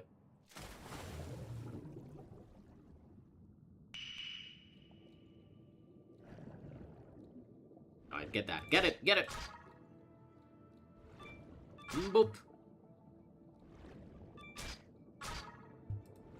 I may have gone in the worst direction possible, because there's not a good load of amount of stuff oh, never mind! There we go, give me that. Yum! Anything else? Can I... Oh my god, can I actually go here? Holy shit, I can. Ah, I can see it right there, but I can't go. No. Aw, god dang it. We're almost done. Okay. Good, good, good, good, good. Alright, so I'm gonna level up Gathering. I think this is gonna be okay for now. I'll say searching for later. Ooh, or should I do it now? Damn it! I really want it! Oh! It hurts me seeing searching not maxed out like the others. I really want to do that. But I'm also like, oh my god, I want I want to make progress in the story. Okay, here's a question for you, Tamarindo. Am I gonna get multiple occasions where I'm gonna be able to freely roam to max out my searching diver rank? Will I get a chance like this later on? Where I can just freely roam around and dive without any restrictions? And I can just spend that time maxing out my searching, I guess, ability? Because if that's the case, then I'm gonna make progress in the story. Until then. If not, I'm gonna do it now. But, yeah. Hey, Azami. Anything new? You already like rank 13. You could do it now. You're right, I could do it now. Fuck, I might give in to the demon voices in my head. Alright. We are gonna do it now. But first, I need to use the bathroom. Sorry, Gouda, I know you've been on my lap. Gouda has been on my laps. Sleeping for a while I'm doing this. I feel so bad for him. I just took him out. It's okay, I'll be right back. Anyways, I'm gonna quickly go to the bathroom. I will be right back so that we can continue our little haul. Because I will be streaming for quite a bit tonight. Until I make a considerable amount of progress in the game. Anyway, I'll be right back.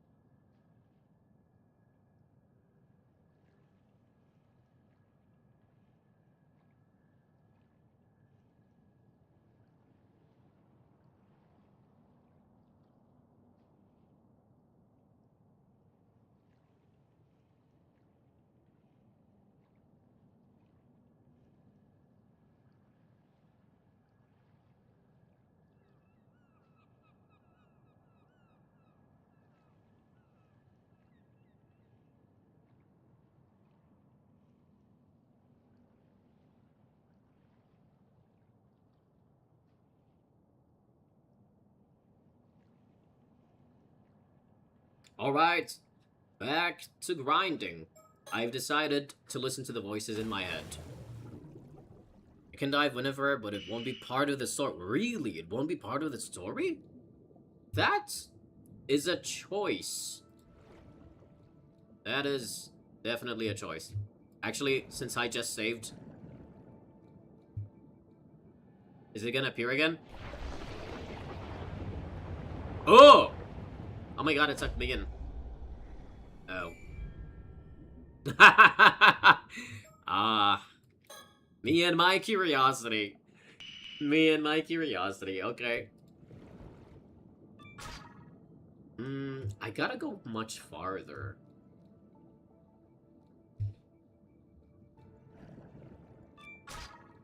I, for the love of God, cannot seem to find what I want. I need more of those.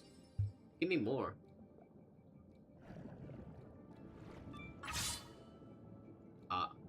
Is that a creature? I think that's a creature back there. I think that might be a creature, because it was moving. Oh god. Oh god, don't scare me. Please don't scare me. I'm scared. I'm scared. Ooh. Oh my god, there's so many things. Hi, Gouda. Aw.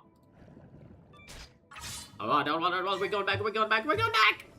Oh my god, go back! Oh my god, go back! It won't be part of the story for a while? Okay, okay. Buddha is extra clingy tonight. Hello. Ah.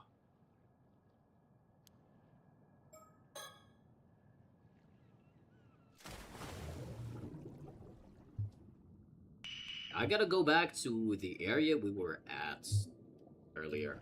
Okay, so it was back there. Catch stuff on the way. Give me that. Give me that. Give me all of that. There's literally just shell. What? Oh god, oh god, oh god, oh god. Go back, go back, go back, go back! I didn't know that could happen. What? Well, that's hilarious.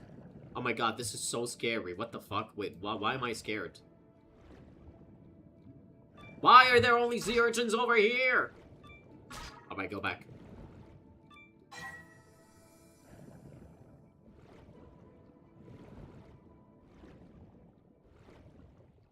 I think it might be getting tougher and tougher. Wow, that's, that was low.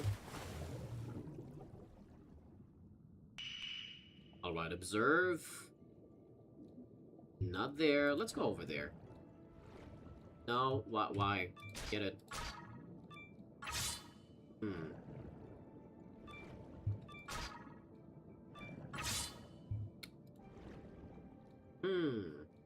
Nothing?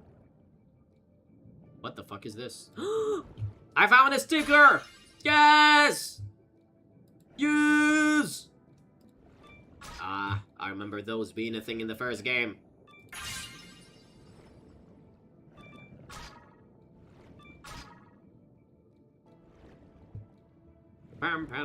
Oh god, no, no, no, no, no, no, no. What do you mean my foot is caught up in something? Go! What the f— Don't die. I swear to god if you die. This game is stressful. What?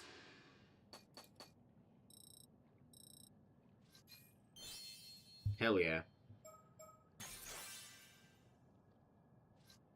Boom. Looks like you've got something interesting there, user. Oh, the sticker. Never thought there'd be Mockingbird. Ah, yes! Stickers out there, out here in East Bay and at the bottom of the sea to boot. Mockingbird? You mean this bird sticker? I didn't think it was pretty weird to find a sticker in a place like that. Now, how the fuck did it stick underwater? Who knows? They're real famous, and unknown artists makes them and hide them all over the place. Might as well pick up any you come across. Maybe they'll bring you good luck. I see. Damn, I'm good. Maybe I should add treasure hunting to my list of talents. What the hell? These popular bird mascot stickers seem to pop up everywhere. Nobody knows who the artist is behind these quirky, rough and tumble birds, or where they'll show up next. But they quickly became popular for their bizarre yet oddly cute designs. Be in the right place at the right time in Ise and the surrounding areas, and you might just be able to find all 20. Reach a total of 5 and 20 stickers collected to unlock fun bonus content at these milestones. Yep. Burp! I know, big burp. We love burps. I guess let's go there this time. Hello? Wasn't I here earlier? Why am I getting shells? Scary. Oh! Catch! Yes! Oh my god, that fucking scared me. Jesus Christ, what is that? I'm gonna go to it. This is as far as the rope will reach. I can't go... Okay. Hello, I'm assuming that was a mermaid. We're gonna go to the boat because we're actually, like, kind of far right now. Or are we? I don't know. Alright, go back.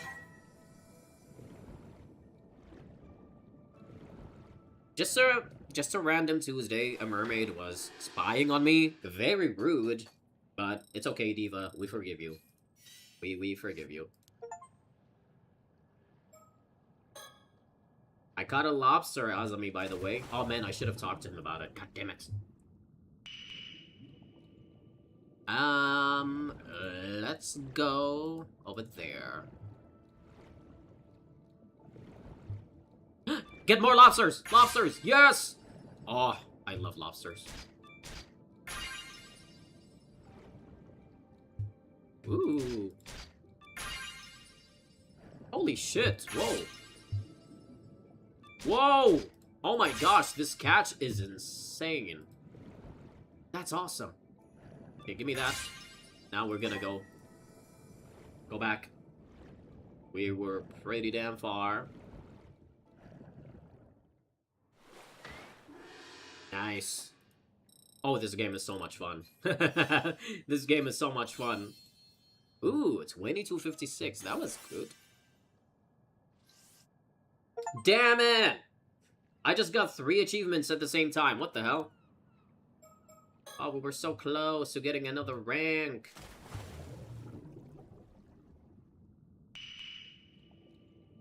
Okay. Let's go. I don't know. Over there. So many urchins and lobsters makes me crave for seafood. I know, me too. What the fuck is this? Another sticker! Yes! Freaking rope, dude. Oh, this dive is so bad. Oh my gosh. Like, I barely caught anything. Oh my gosh. You know what? Give me that shell. To make me feel better about myself. Let me feel better! Love them shells. Boop. Alright. At least I got a sticker. I really want to go eat lobster with my friends now. Oh my gosh. It's been a while since I ate lobster. 92 points! You know what? That was enough to level me up, though. Oh my gosh, we only have one more. One more. One more. Oh my god, it's a Yakuza character. Look at that.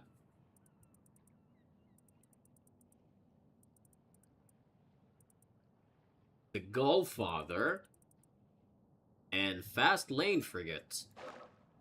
Those names are certainly names. Yeah, let's try to go far. Somewhere I haven't seen before. Have I gone to the side? I don't think I have. Hi. This is a bad area, dude. There is, like, nothing here. There is absolutely nothing here. What? Ow, ow, ow, ow. Okay, okay, okay, okay. Stop restricting me! Okay, this one is also, like, a really bad dive, but... Let's get sea urchins, I guess. I will be saved by sea urchins. Hiya. Girl. Alright.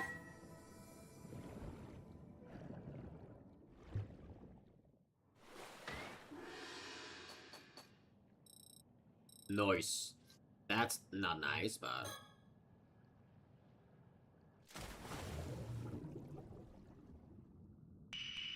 It would be extremely funny if, like, the storyteller at some point breaks the 4th wall, and he's like, dude, why on earth did you max out everything already? There's a question mark. There's a question mark. I repeat, there's a question mark. Go, go, go, go. Oh my god, there's a question mark here too. Ah! There's so many. Oh my god, there. Whoa. What is that? Oh my god.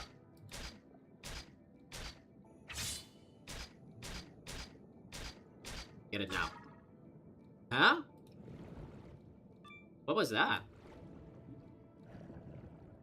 That didn't give me anything. But I'm sure it means something.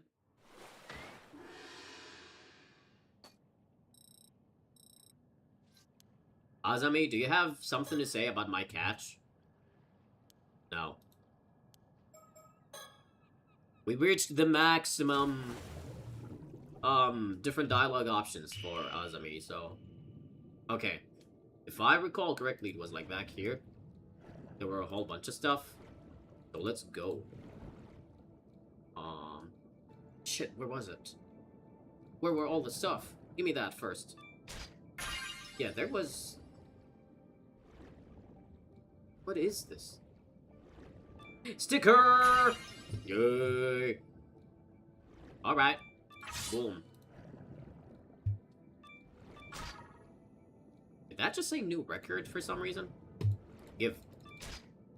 Yeah. Alright, go back to surface. I think there was another question mark. I want to see if I can find it this time.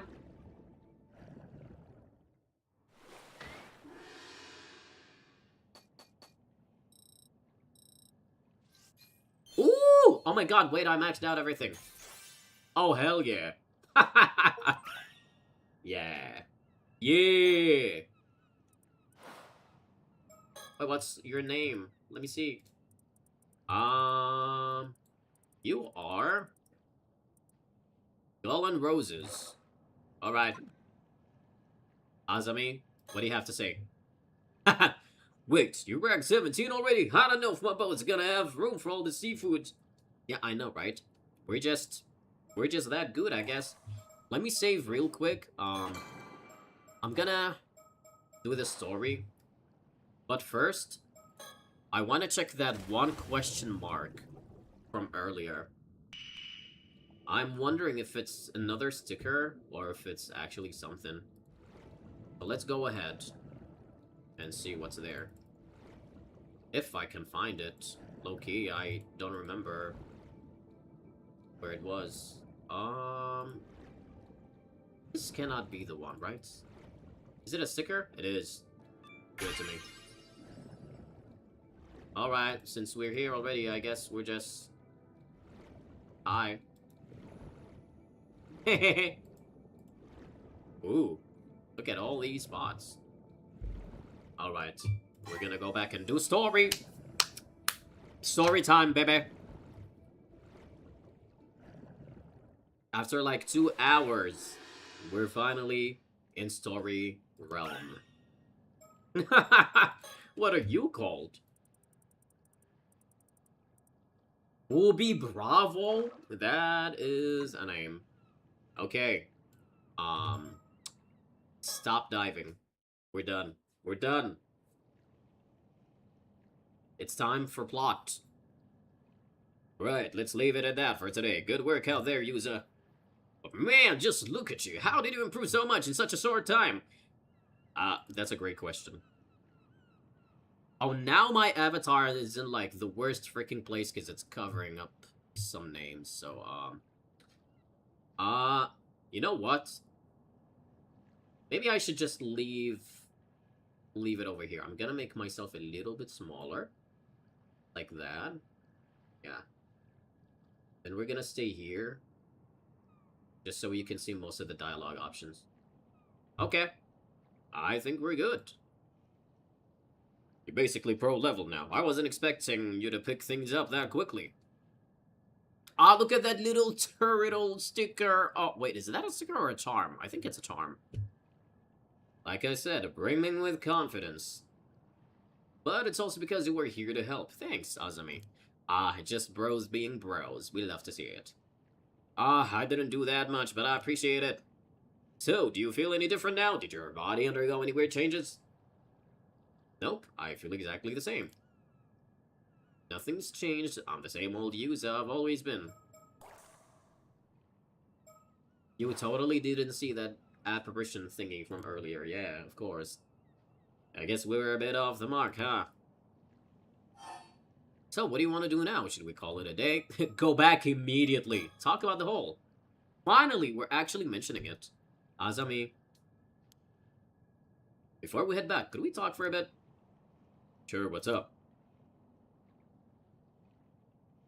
No, we're in fact not gonna talk for a bit. We're gonna look at the ocean. Amashima is located in the waters near the entrance to Ise Bay. As such, there are strict regulations on both the times and places Ama diving is allowed. Thanks. Can I look at the sky? Look at that beautiful sky. Ooh, look at the lighting. For a visual novel, this is actually crazy. Wow. That island on the horizon is Kamishima, where I was born and raised. I can see like a little tiny house over there. Fishing boat. This fishing boat, the Sayun Maru, belongs to Azami's family. I don't have a boat of my own, so Azami was kind enough to bring it out for me. It used to belong to his dad, so it's getting on in years, but he takes good care of it. It seems he's hoping to keep using it for years to come. Oh, there's a sticker! Ah, you thought you were gonna get away from me? You thought! Isn't this one of those Mockingbird stickers? Oh, I hear music? What the fuck? What the hell? Oh, okay. You know what? We're jamming. Good eye user, that's right. I found one stowed away on this very boat. Oh my god! Ah! He has a little pompadour. Look at that. By the way, that's Mockingbird number 8. Tit for tat. He's a long-tailed something. Apparently, you're meant to read the characters behind him as Blizzard. Huh, I guess there is more to these Mockingbirds than I thought. Relationship charts! Wait, what? You cannot access the Mockingbird relationship charts. What the fuck do you mean? I'm sorry? Wait.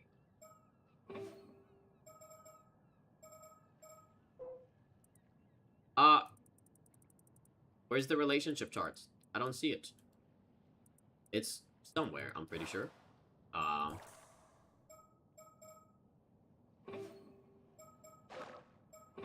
Definitely not profiles. God damn it. Alright, now we're gonna talk. Hi. Let's look at him first. Let's appreciate our best friend before we actually talk to him. This is Azami Kumoi, my best friend. I've known him since we were both kids growing up on Kamishima. When I told him I wanted to become an Ama diver, he was quick to offer his full support. Ah, you know what? We love a supportive best friend. Yep, I can't look at the turtle charm. God dang it. When I was diving just now... A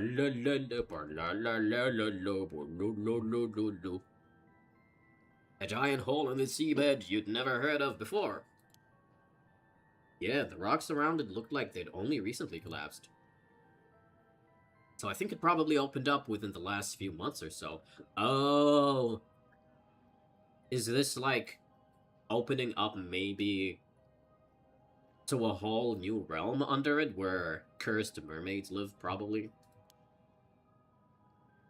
Now that you mention it. There was a pretty big earthquake around here about 3 months ago. Maybe that had something to do with it. Ooh, okay. That's right, that would have been before I got back. Anyway, if you saw a giant hole in the seabed, you'd be curious about it, right? I sure would. I mean, I was too. I died like 2 times just being curious at the goddamn place. Curious enough to try to take a look inside? Well, we've already done that. But you don't remember. So, yeah. It'd be pretty dangerous, but I guess I might, yeah. Right, so I went closer to try and get a better look. Did you see anything? What is he gonna say? Well, when I looked down into the hole, a ghost or something that looked just like me suddenly rose up from the depths. Oh, wait, he actually remembers that. Oh, even though it was a game over. What the hell? A ghost that looked like you. It swam toward me with its hand outstretched. It looked like it was trying to hand something to me, or maybe it was trying to tell me something. He also had the same eyes as frickin' Kokichi Omo when he had that maniac expression in V3. What did he do then? Did he take its hand? No. I would never do that. I totally did not do that. I did. I felt like I couldn't resist somehow. God damn it, he actually said it. I guess even the patron saint of diving does foolish things sometimes. Are you gonna talk about how you got a game over? Or no? The only thing I was a patron of was carelessness and a lack of proper vigilance. Sounds like it wasn't much you could do about it, though. Hey, Yuza. Hmm? That thing you ran into, do you think it could have been a Tomokazuki? What the hell is that? Hey! What happened afterwards? Oh, yeah, let me tell him what happened afterwards first. Oh, did anything happen after you took his hand? I don't really remember. When I came to, I was back outside the hall. It's almost as if I got a game over. I thought maybe I'd blacked out due to a lack of oxygen and it had been some sort of hallucination. Yeah, I guess that's possible. But if that's the case, that means I stalked you just to talk about some hallucination I saw. That would be super embarrassing. Nah, it's fine, okay? He's your best friend for a reason. It's part of the friendship to share those embarrassing stories. Come on now. Some people do say the Tomokazuki legends might have come about because of divers seeing things when they ran out of air. But hey, it's no big deal even if it was a hallucination. The most important thing is that you're safe. Still, I can't help but wonder about a hole suddenly appearing like that. Yeah, it's pretty weird. Good to know. What is a Tomokazuki? You never heard of it? No? Well, I guess not. Well, I guess not. Even all the folks around here know about it either. It does sound familiar, though. I'm pretty sure it does to you, honey. The Tomokazuki is a sort of ghost story around these parts. Oh, there we go. Blah, blah. The story goes that sometimes when diving, an Alma diver will come across another version of themselves, an exact copy. Oh, really? Oh my god, we're Persona 4ing this shit. That other version of them will be holding out something they want, like an airborne. Something they want? You know what? I figured out the plot. These so-called, exact copies are, well, they are our clone spirits, quote-unquote, question mark, and they want to take our place, because they keep saying there can only be one of us. So I will take you to the bottom of the ocean while I take over your life. There we go. Solved the mystery of the game, baby. And when the diver reaches for it, the Tomokazuki grabs them and drags them to the bottom of the sea. Whoa, that's scary. But wait, the Tomokazuki I saw wasn't holding anything. Yeah, because it wanted you. It wasn't? Well, that's different. Maybe it forgot it at home or something. No, I say he was trying to grab you. At home, huh? The Avalon. Okay, can we, like, not have this guy stare at me while we're having this text the whole time? Maybe it left it at home. Maybe the Tomokazuki is more careless than the legends let on. You're pretty forgetful, though, so maybe it became such a perfect copy that it imitated that aspect of you as well, which is totally not creepy, and that is a totally normal occurrence, as I'm sure you know. That damn Tomokazuki, it knows my very weakness, or my every weakness. I am so good at reading, holy hell. Now that you mention it, though, I think I do remember that story from when I was younger. Dude, he is so cute! I like Yuza. I really do. I already like him as a protagonist, at least, like, the first protagonist, more than Shogo from the first game. I guess the fact that I forgot the story really proves how forgetful I am, huh? No worries, it was a while ago, you know? By the way, you know those symbols on your diving gear? Oh, it is heavily storming outside. Okay. Yeah, we do have, like, a severe thunderstorm today. It was pretty bad earlier, but it got a little bit better. And I can hear it now again. Yep, Sayman and Doman. The Amadivers around here all have him somewhere on their outfits. Oh, really? Okay. Oh, this was my mom's gear, so I didn't know. People say those symbols work as a charm to protect divers from the Tomokazuki. Well, it sure as hell did not protect me from my game over! But we don't talk about that. They don't know. The characters don't know. It's okay. But if I ran into a Tomokazuki just now, wouldn't that mean the charm didn't work? You read my mind. You read my mind. Maybe, but it could be thanks to the charm that you made it back safely. Ah, bless me. Where the hell did that come from? The sea's a dangerous place, even without the Tomokazuki around. Things could have been even worse without the charm to protect you. I see, so without this charm, I really could have been attacked by a shark. Glad I had it then. Seriously, a shark would have been no laughing matter. Ow. What do we have now? Tomokazuki, as my doppelganger reaches into me. A long time ago, in a small village on one of the islands in the East Sea, there lived a young Amadiver, known for her exceptional swimming skills. One day, the wind was strong and the waves were higher than usual. Undeterred by the turbulent weather, the young diver dove into the sea but couldn't find even the smallest shell to bring back, let alone any abalone. Determined to find something, she dove even deeper into the ocean until she paused, sensing a presence behind her. Turning, she felt an undeniable sense that someone was watching her from a shadowy crevice in the rock. Finding this strange, she ventured closer, only to come face to face with a diver who looked exactly like her. As she floated there, stunned, the other diver extended her hand. In it was an abalone, larger than any she had ever seen. The young diver was mesmerized. She had to have that abalone no matter what. She reached out her hand to take it. Suddenly, when her fingers were mere inches away from the abalone, the other diver's hand shot out and grasped her arm. Shocked, the young diver frantically struggled to pull away, but it was too late. Slowly, inevitably, she was dragged down into the depths of the ocean. Goodbye. Over time, this being came to be known as Tomokazuki. Together, diver. Oh, we get the meaning of it. Okay. Due to it taking on an identical appearance to its victims, divers are warned never to accept Tomokazuki's offerings in the depths, lest they suffer the same fate.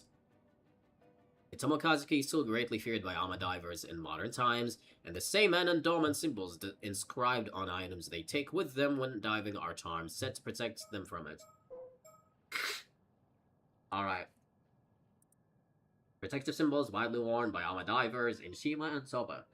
The star-shaped symbol is known as Seiman, and the lattice-like symbol is known as Doman. The two symbols are often embroidered side by side, are drawn on clothing using purple dye made from shells. Oh! Okay. They're worn by Amadivers when diving to ward off potential disasters that might befall them at sea. Good to know, baby. Alright, bestie, what else you got? Hey, Azami, about the Tomokazuki just now. Yeah. Recollection? What the hell? Do you think it has anything to do with what we're looking into? What? What is that? Unlocked past recollection chapter. Whoa. Whoa, something I want to do. What the fuck? My apologies for interruption. I'd like to take this chance to inform you about a unique ability of yours, the recollection feature. But to make things clear, I must first tell you about the story chart. Ah ha ha, here we go. God, his theme is so good. I listen to this theme so much, it's so pretty. From here on, you will return to the screen. The story chart add breaks in the story. You see, the story you will witness will not necessarily unfold in chronological order. Oh, okay. The screen will allow you to see where each chapter lies in the grand scheme of things, as well as select where you wish to proceed to next. If the icon for a chapter is not dim, that indicates it has not been fully completed. Generally speaking, completing a chapter will unlock the chapter immediately after it. However, there will occasionally be times when a recollection button will appear during the story, as you experienced just now.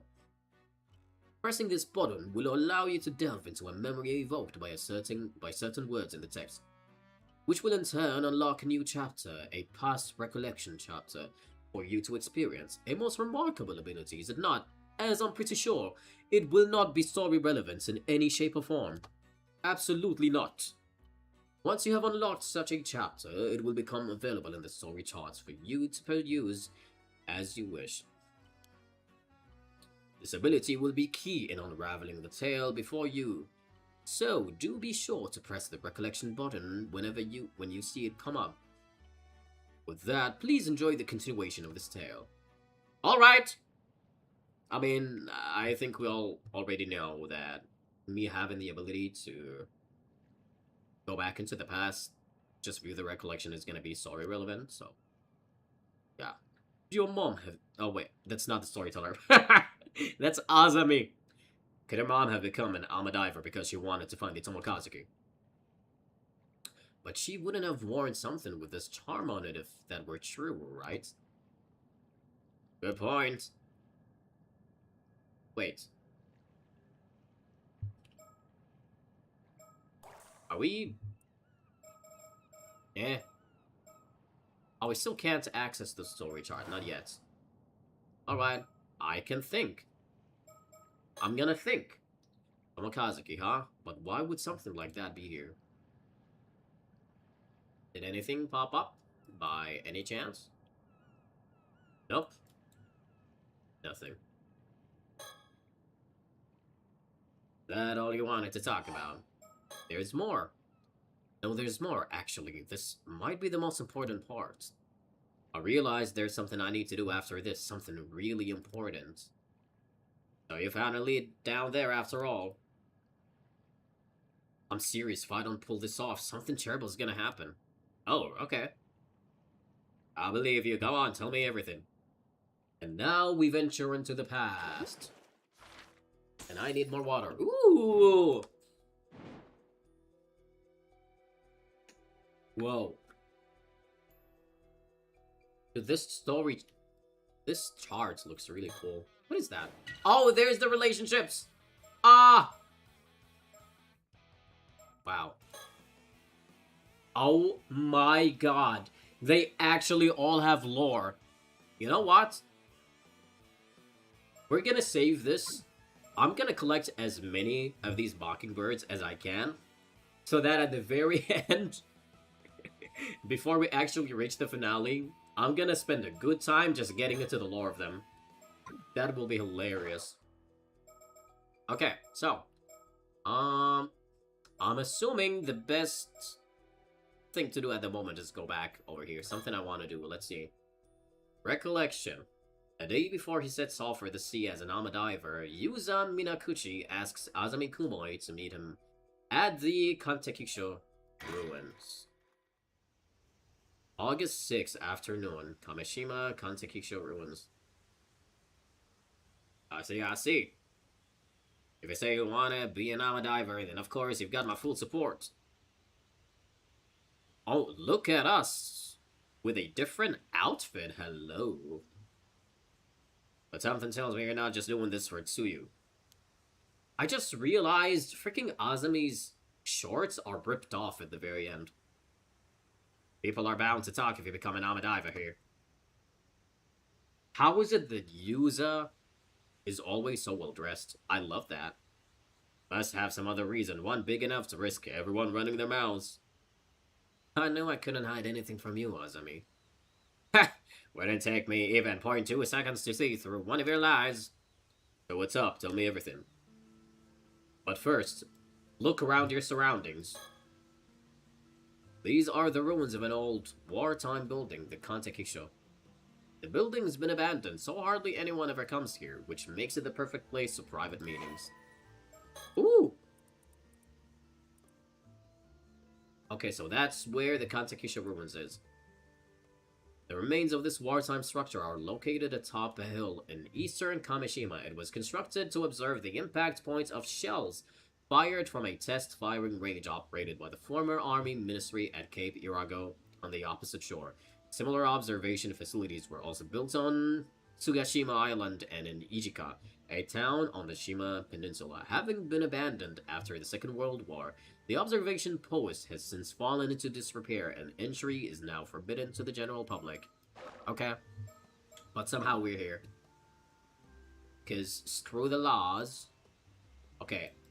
There's gotta be a burp. Burp! Are you here, burp? Is there a burp? Burp from the past. No, there's no burp. God dang it. Okay. Let me think. I should be able to tell Azami everything, right?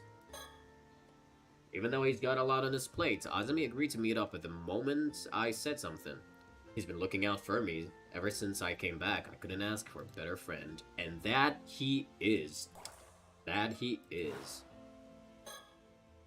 Hey, King. Hey, Azami.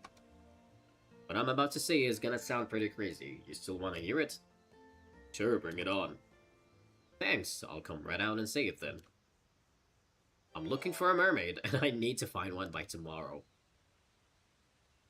Oh, a mermaid, huh? And by tomorrow at that, it's gonna be tough.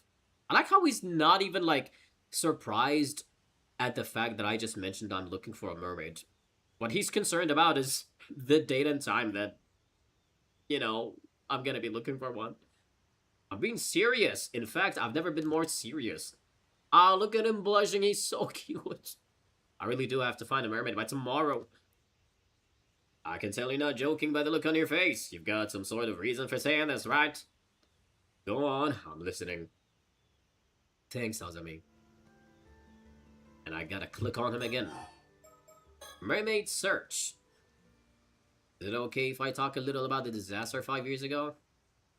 Aww. I like that he was checking in with him, because they both went through the same trauma, most likely. That's so cute.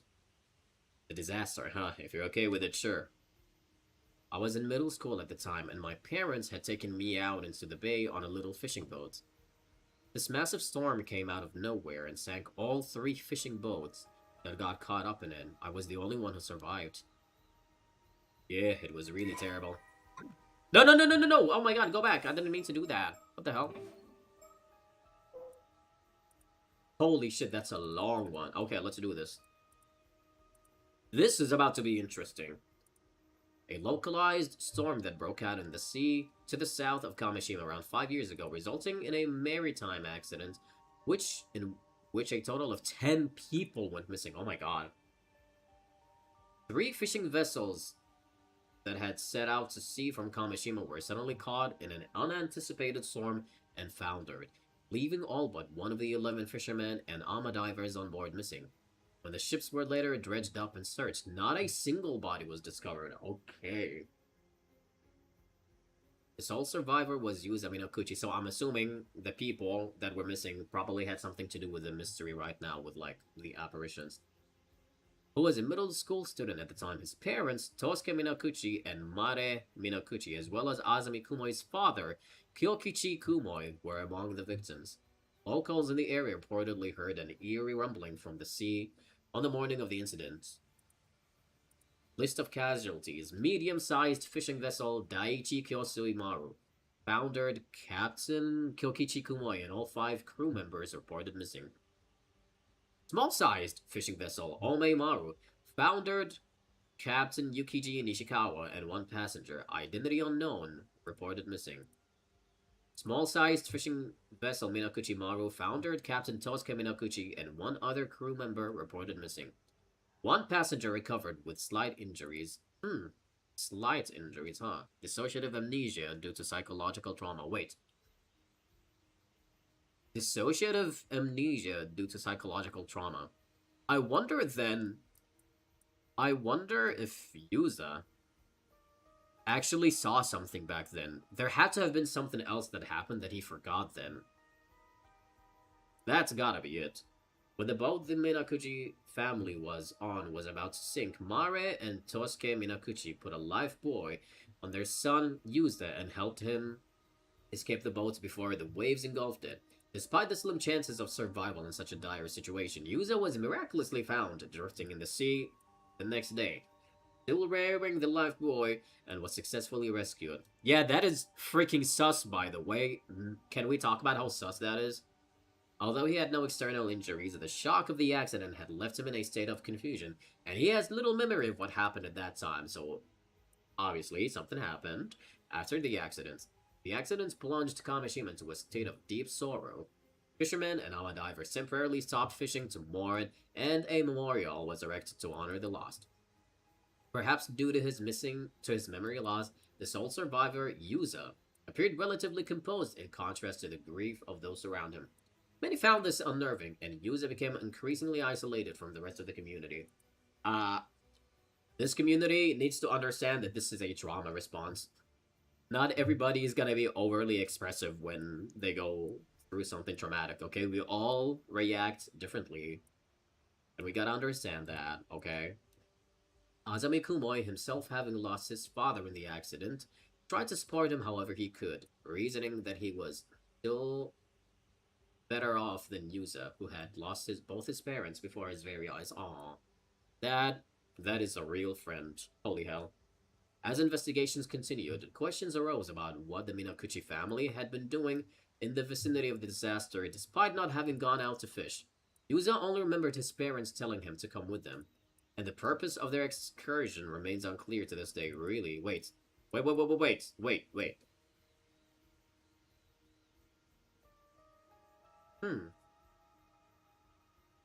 So they weren't actually out to fish.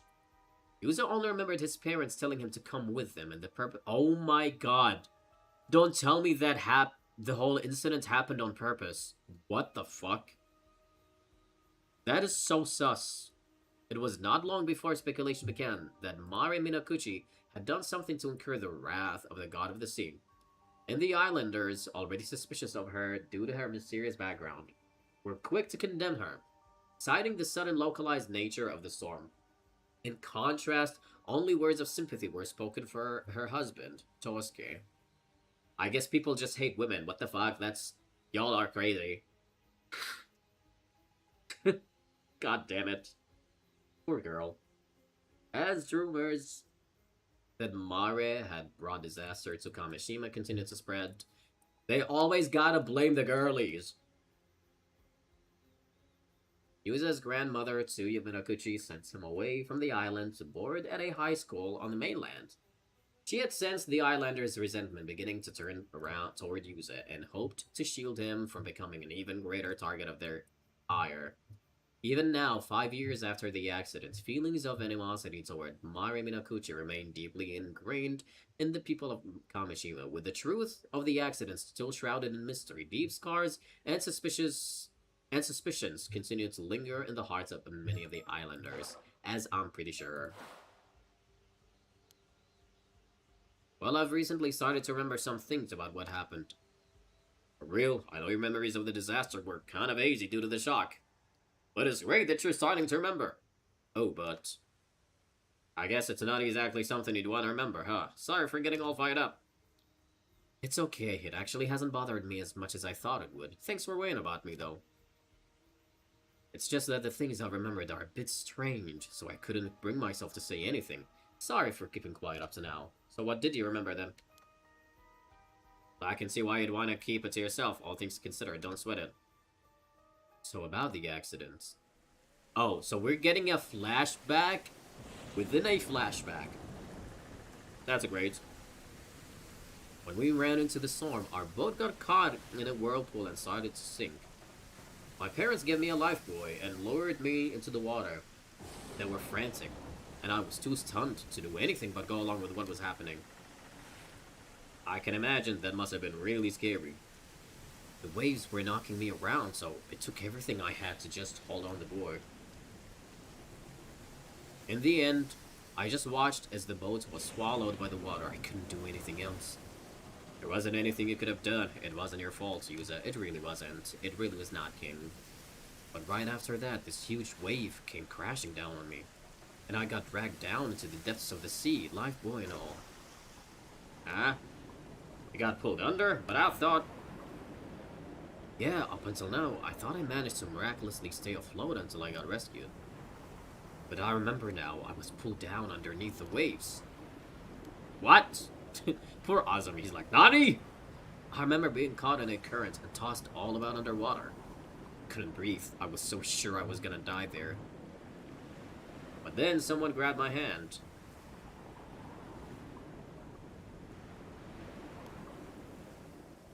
The game's audio is still pretty loud, by the way, on my end. I'm wondering if you guys are actually experiencing the same thing or not. I hope the game's music, or like, the game's audio is not overpowering. You saying what I think you're saying? I was barely conscious by that point, so it's not like I saw them clearly or anything. But I'm certain someone was there with me, someone who grabbed hold of me and pulled me to safety. So the mermaids are actually good people? Well, people/fish, from what I remember. It was a mermaid! You say that they were a mermaid? Exactly. So you were saved by a mermaid? I'm sure of it, and it looked exactly like what first comes to mind when you hear the word mermaid. A real mermaid, huh? But it was a really extreme situation, so it's entirely possible I was just seeing things. Which would mean I called you out here just to talk to you about some hallucination I had, and if that's the— oh my god, he says the same thing! I'm gonna be super embarrassed. I guess that's his little thing, huh? I mean, you're standing here talking to me now, right? So you must have gotten out of that situation somehow. And I can't imagine any normal person being able to stay afloat in a storm like that, let alone managing to save someone. You know what? I'm gonna throw a really wild theory right now. Watch this, okay? I think that at that time, an exact copy pulled him down and essentially swapped places with him. So actually, the user that we have right now is the copy from the past. And the real user became that apparition from later. Hell yeah. That's exactly what happened. Tame, you'd have to be some sort of superhuman or something, or not human at all. And I bet Yuza can turn into a merman. He's gonna be the most beautiful mermaid. Don't take my theory seriously, by the way. I'm just going wild over there. Anyways, let me move my avatar, actually, because it looks kind of weird up there. I know it might block some of the words. I'll try to, like, put it here as far away to the back as possible, but... like, god dang, maybe, like... yeah, sorry, that's gonna block some of the words, but I'm gonna be reading them, so, yeah. But I guess there were mermaids here in Ise. Aw. Man, I really love that he like, believes me, you know? He's not laughing at me. He's such an understanding individual. Isn't he just the best? If I really was saved by a mermaid, I owe them my life. I'd like to thank them in person if possible. Never meet your heroes. Never meet your heroes, because the next time you meet that mermaid, you're gonna die. Makes sense, so that's why you're looking for them, huh? Well, if we manage to find him, I've got to thank them for saving you too. Oh, they're so cute. Oh my god, they're so adorable. So I was thinking of heading to where the disaster happened and diving there to see if I can find anything. Look at me as I pose like the cool man that I am. Yeah. Are you sure you almost died there? I'll be fine. In fact, since I've never gone near there since the disaster happened, I was also thinking, I'd like to do something to honor my parents and your dad's memory. Aw. Yeah, I'd like to at least offer flowers if nothing else, pouty face. The others here have always kept their distance, but it's not like going there is forbidden or anything. Let's do it! Thanks, Azami. I owe you one. Can I think again? I should... oh, okay. Mermaid search leads. Hang on. I'm gonna try to lower... there we go. I tried lowering the volume for the game. Mermaid's search leads. But there is no guarantee the mermaid will still be around here there, right? I'm thinking it'd be good to have more of a lead before we head out there. About that, do you mind if I say something crazy? Again? Sure, what's up? You remember my mom, right? Of course I remember Mrs. Mari. Oh, we get to see her too, aww. Oh my god, Yuza looks exactly like her, what the hell? They literally look like a copy-paste. Good lord. Well, she wasn't originally from Kamishima, but she met my dad when she moved here and ended up marrying him. But even to me, she never seemed to really fit in here. Well, I can't really disagree there. She never spoke to me much either. Some people even outright told me not to talk to her, you know? Said she was suspicious because we didn't know anything about her, stuff like that. I guess that's understandable. She didn't really involve herself in the community activities and almost never participated in local events. Felt like she was always keeping her distance from the other islanders, somehow. 20 years here, and she was still considered an outsider. 20 years. Yeah, I never knew how to bring it up to you, but I always kind of wondered, Gouda, get down from my piano, what the hell? You know what? Never mind, I can never be mad at you. Is there some sort of reason for that? Not as far as I know. Dad and Gran never seemed to mind, so I figured that's just how she was. But looking back at things now, it was pretty weird. Oh! Let's go! Oh my god, I can read about her, that's awesome. Yuza's mother. Yuza Minakuchi's mother, having gone missing in the Kamishima Southern Sea disaster 5 years ago. She was declared dead a year later after search parties found no sign of her. Okay. Here's what I think, right? She's a mermaid! She's a mermaid. More than 20 years ago, Mara Samakawa arrived on Kamishima with no possessions to her name, really, expressing that she had taken a liking to the local environment and wanted to move there. Oh my god. Oh my god. However, she remained tight-lipped about her background, only revealing that she was from a small town out in the mountains and that she had to leave her home for undisclosed reasons. And although her request to move to Kamishima was accepted, many islanders remained suspicious of her.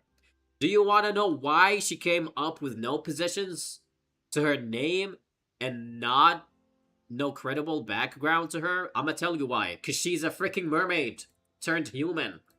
I know what you are! And you know what? Slay for that, honestly. If that's true, you go do your thing, Diva. We'd love to see it. After settling on the island, she showed an interest in the Ama lifestyle and eventually took it up after displaying a talent for free diving. With Tsuyu Minakuchi acting as her instructor, during this time she grew close to Tosuke Minakuchi, Tsuyu's only son, and eventually married him a few years later. The two would go on to have a son of their own whom they named Yuza.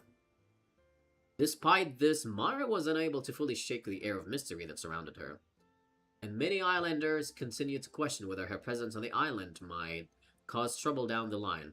Something of a free spirit, her non-conformist ways and somewhat naive personality meant that she was often absent from local activities, leading to further criticism from a portion of the population. Some also reported frequently spotting her wandering the island after she first moved there, seemingly looking for something or catching sight of her doing something on the shore in the middle of the night. Wait.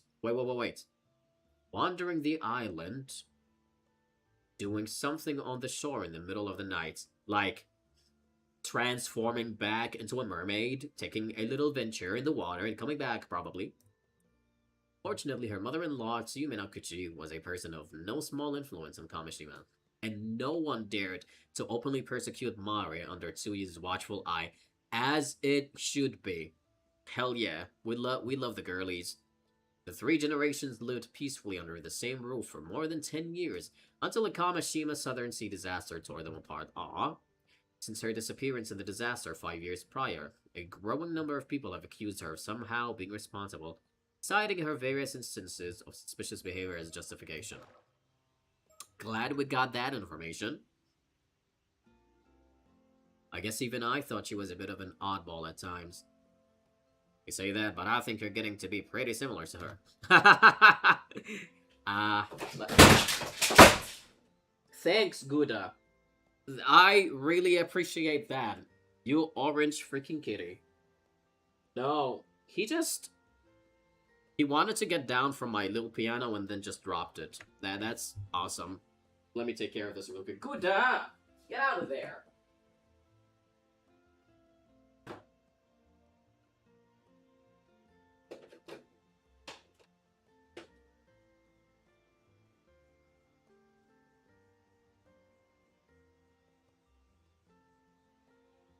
Nope, nope, go away. Go away. You are so lucky that you're cute. You're so lucky that you're a cute kitty. My gosh.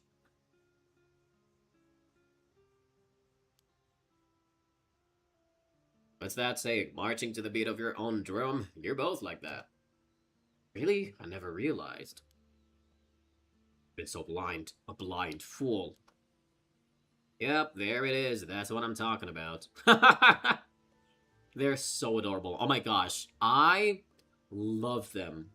They're already, like, so much better than the first two pair that we met in the last game. Because I don't think I was, like, a big fan of Shogo and what was her name? Yoko, I think. Yeah, like, they were the first two characters we met, and they were kind of okay as an introduction. But these two are so solid. I love their dynamics so much. Mermaid search leads. Let's go. Why'd you bring up your mom all of a sudden? Well, looking back now, there were a few things that always bothered me. Oh? For a start, no one ever told me where my mom was from. She was also a natural at ama diving, but I never saw her eat any seafood. You wanna know why? Because she's a mermaid.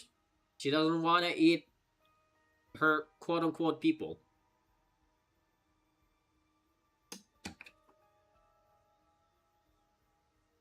Water break was needed. And sometimes at night, she'd suddenly say she wanted to go look at the sea before going out and not coming back for hours. Dude, I'm telling you, she's a mermaid! Oh my gosh! I guess that is all pretty weird, yeah. That's not all. When I was sorting through my mom's belongings, I found this. We usually keep it in the family altar, but I brought it along today to show you. You wanna know what I think now? I think the mermaid he saw from the disaster back then is actually his mom. After she and her husband drowned, she turned back into a mermaid and saved her kid. Easy peasy. We usually keep it in the family altar, but I brought it along today to show you. I think I said that line twice, but okay. What is that? A fish scale? It's rainbow! It's huge. It's gotta be at least 7 or 8 centimeters long. I always just figured she'd held onto it because it was a rare find. Oh my god, that is so pretty. What the hell? But once I remembered the mermaid, I began to wonder. What fish could this scale have come from? And why was my mom holding on to it? Whoa, hold it right there. You're not saying. I am. Mermaid who rescued me back then was... Oh my god. Wait. Oh my god, he's actually saying it. Let's go. Alright. I'm glad that my theory was not that far-fetched. That's so funny. I think it was my mom. So you and I read each other's minds. Alright. You're staring at me a little bit too much right now. What do you think? I agree. I don't know. It's pretty out there. Could that even be possible? But they're saying it pretty early in the game, though, so I don't know. Oops. What the hell is this bot on freaking Switch?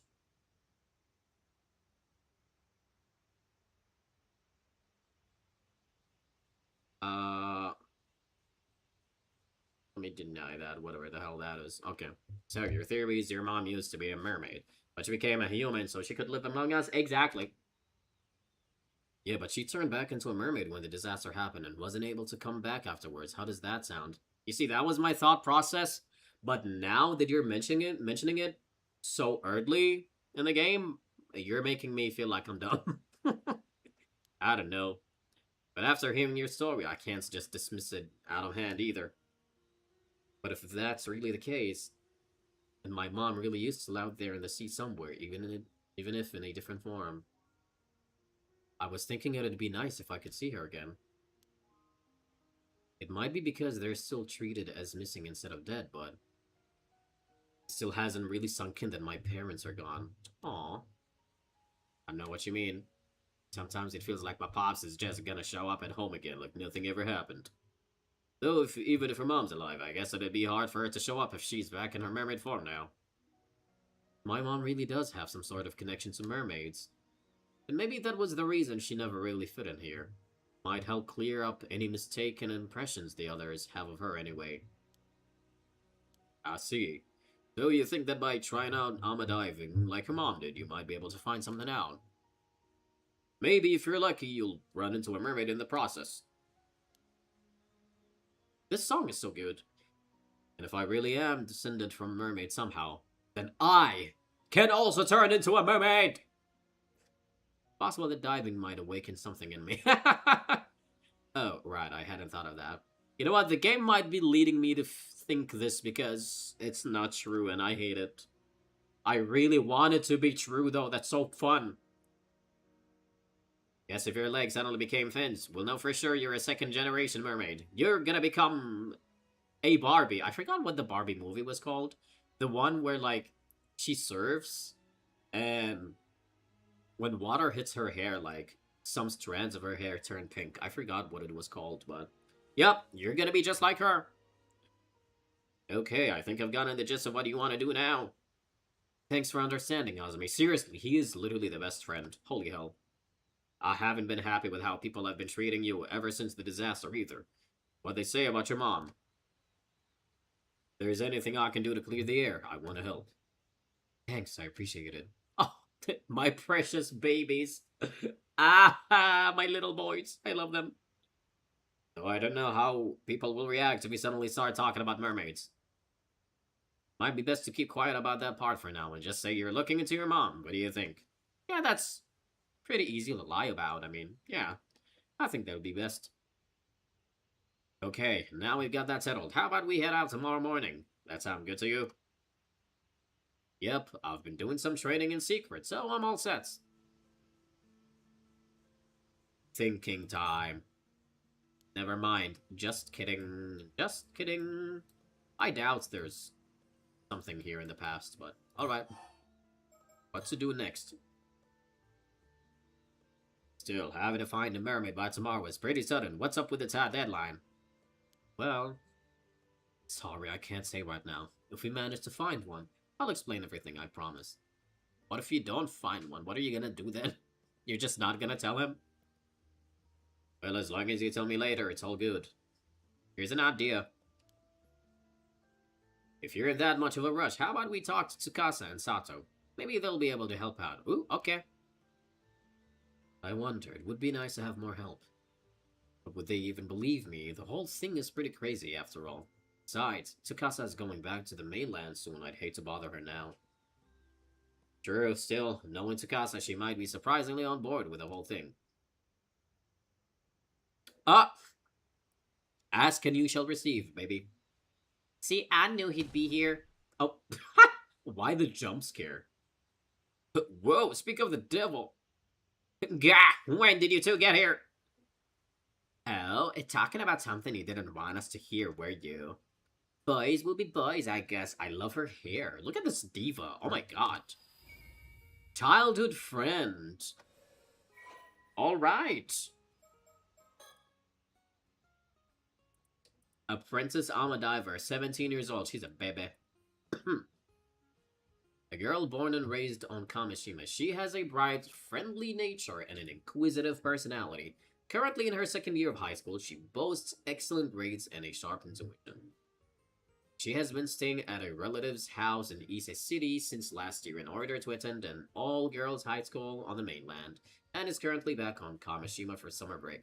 Despite this, she frequently makes trips back to the island on weekends and has been trying her hand at underwater gathering since the current diving season began.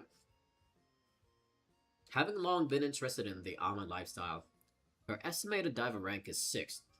Ha! Get good. However, her teachers have been strongly encouraging her to aim for a national university.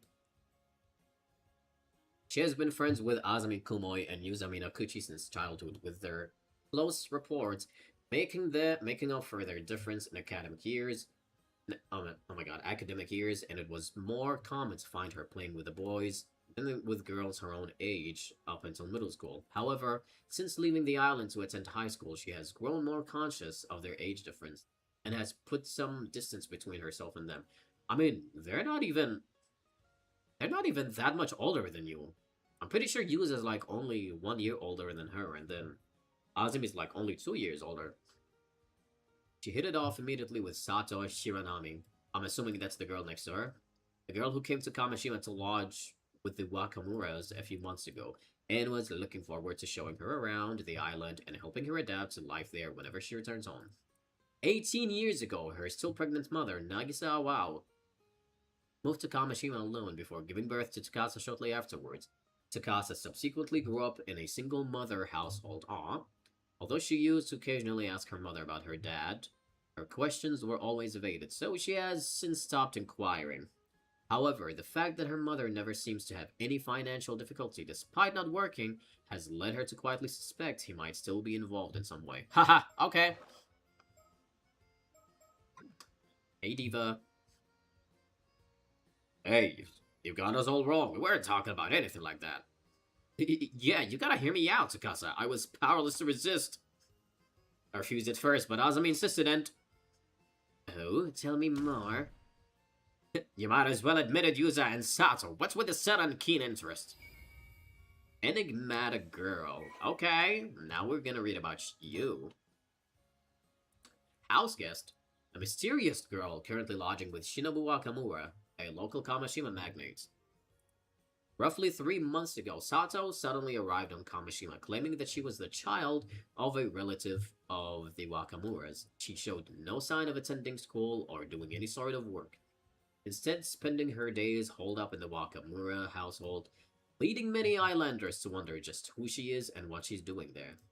Those who know about Wakamura's high-interest money lending behind the scenes speculate that she might be the daughter of one of his borrowers, sent to work as a domestic servant to pay off a debt, but Sato herself is extremely easygoing and doesn't seem to be bothered by the endless rumors.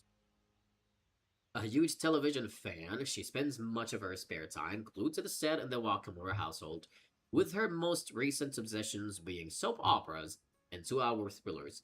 However, she isn't all that fond of period dramas. Period dramas? What is period dramas? I have no idea. She is good friends with Tsukasa Awao, who is close to her in age, and the two can often be seen enjoying themselves wandering the island together, just like the divas that they are. Let's all calm down, okay? It's not like that. We were having a perfectly normal conversation. We were not making out, in fact. Yeah, sure, anyway. Hey, don't just brush me off. You're getting pretty worked up, Azumi. Don't act all innocent. You're the one who caused this mess, you know. Oh, does he have a thing for her? Sorry to interrupt your fun, but I really did have something to say. Folks are worried you haven't showed up to the association meeting, Azumi. You should probably get going. Association meeting? Oh, damn. The meeting, it totally slipped my mind. Sorry, Yuza. I gotta go for now, but I'll get in touch later. No problem. Thanks for coming, even though you're so busy. And he runs away. I guess we'll be on our way then too. Sorry, but we've got some important business of our own to handle. We won't be able to help out with whatever you're up to. Another recollection? We're doing a recollection in a recollection? Whoa. Well, I'm pretty sure I'm gonna play as her then. Sato Shiranami, advice. So you did hear what we were talking about. Only the part where my name came up. I didn't want to be nosy, though. I see, Will. Thanks for coming all the way out here to get Azumi. I don't know what you guys are up to, but you've piqued my interest. Be sure to tell me all about it later, okay? Anyway, see you tomorrow. Come on, Sato. Sato doesn't talk a lot. Oh, one more thing. You better not forget about the day after tomorrow. Tell Azumi he'd better remember too. Sure, I'll tell him later. What, they have a date? Probably.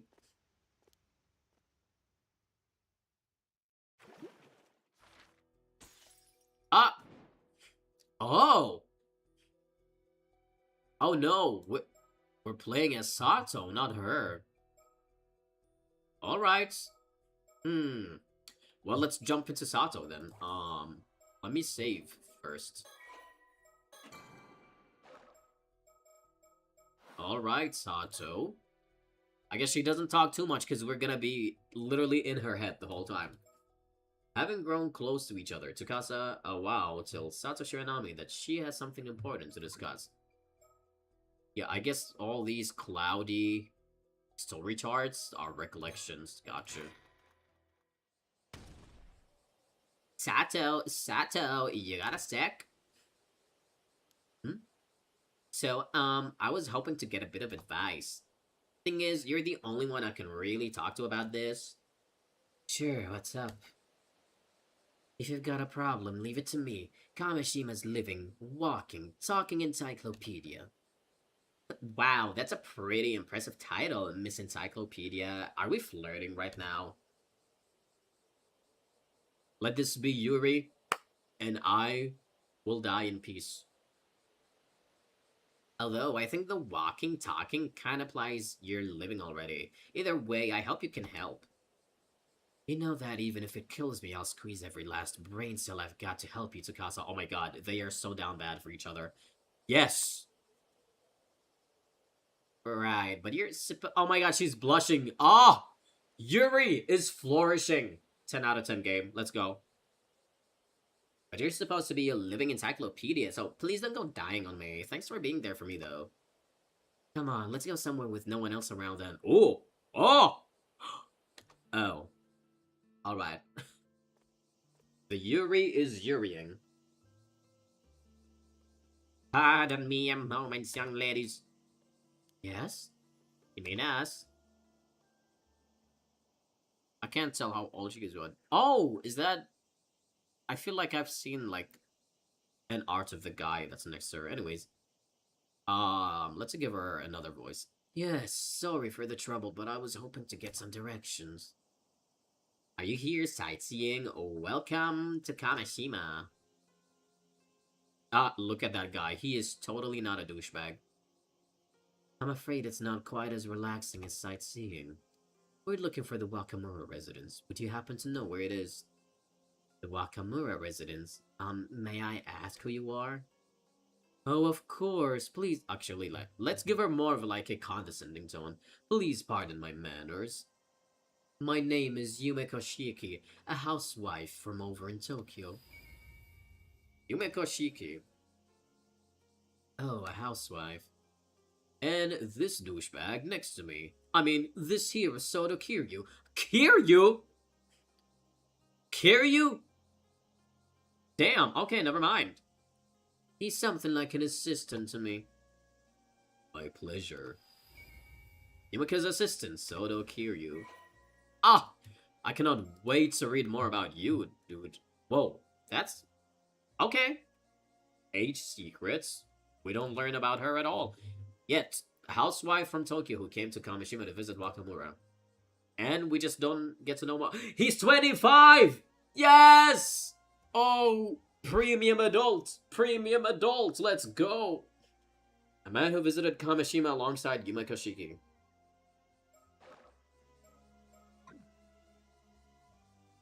Oh, you must be guests for the old man.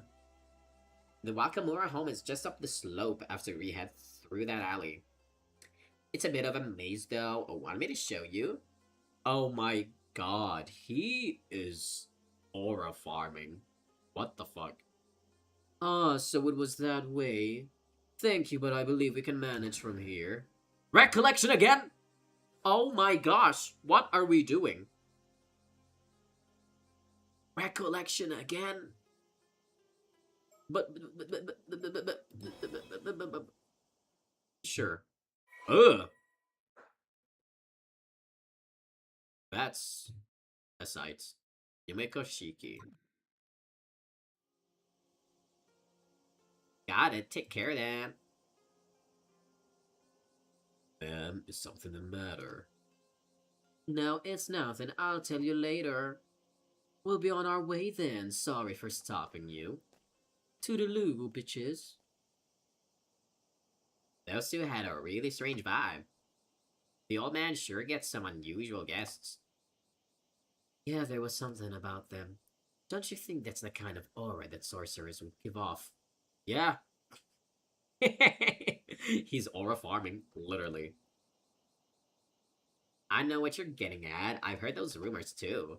Everyone's saying that old man Wakamura has been super reliant on some shady sorcerer lately. Another thing to read. What's up with the... Ooh! Oh, we get to see Wakamura, local magnate. Okay. The single most influential person on Kamishima, really, okay. Although born to an ordinary fishing family on the island, he entered his 20s during the post-war economic boom. And through tireless work and juggling multiple side jobs, he managed to amass a small fortune over the years. He went on to invest this fortune into the development of Kamishima, not only upgrading its fishing equipment, but also improving the island's infrastructure to entice businesses to set up shop on the island. Efforts that have earned him the appreciation of people all over the island. He currently holds many key positions on the island, including serving as head of the Kamishima Fisheries Cooperative Association, and it is said that his appointment as the next mayor of Kamishima is all but confirmed. Watch it be like he's the bad guy. I would not be surprised. Although admired for his many contributions to Kamashima's development, his personality leaves much to be desired. Ah, there we go. With many stories of him using force to get things to go his way. Ooh, he's totally... There's totally something sus with him. He's often high-handed in his dealings with the others, fully aware that his position makes it difficult to oppose him. Oh my gosh, just the worst kind of people, huh? Having moved his main home and base operations the mainland many years prior, there are abundant rumors that he has since added loan sharking and land grabbing to the list of ways he's willing to add to his sizable fortune. It is said that he has recently, become an ardent devotee of a certain famous sorcerer in Tokyo. Oh, okay. And often relies on their guidance when making decisions. Well, I know one thing that we gotta do in this game. We gotta kill this man. This man should not be alive. Look at that face. He is so freaking evil. He's totally got something to do with probably the disaster 5 years ago. They did say they were from Tokyo. Maybe they really are sorcerers. And whatever. Come on, Sato. Let's go. Yep, I love these girlies. Oh my gosh, I love these girlies already so much. These characters are so good. Oh, it's the map. Okay, so we were there. Oh! Oh my god, wait. Wait, I can jiggle this thing. This is so ADHD coded, I can just do this the whole fucking time, and I would be happy. Alright. Well, let's go to the bay.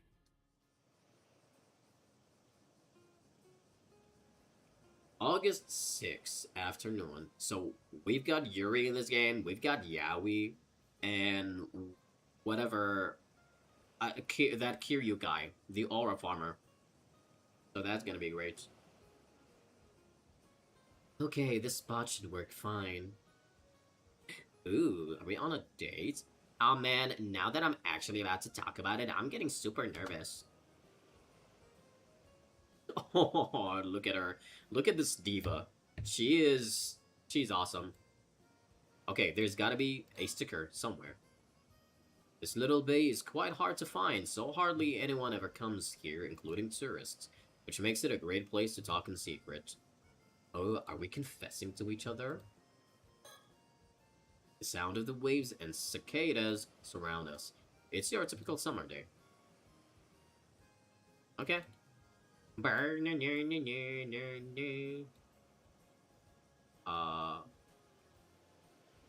Nothing.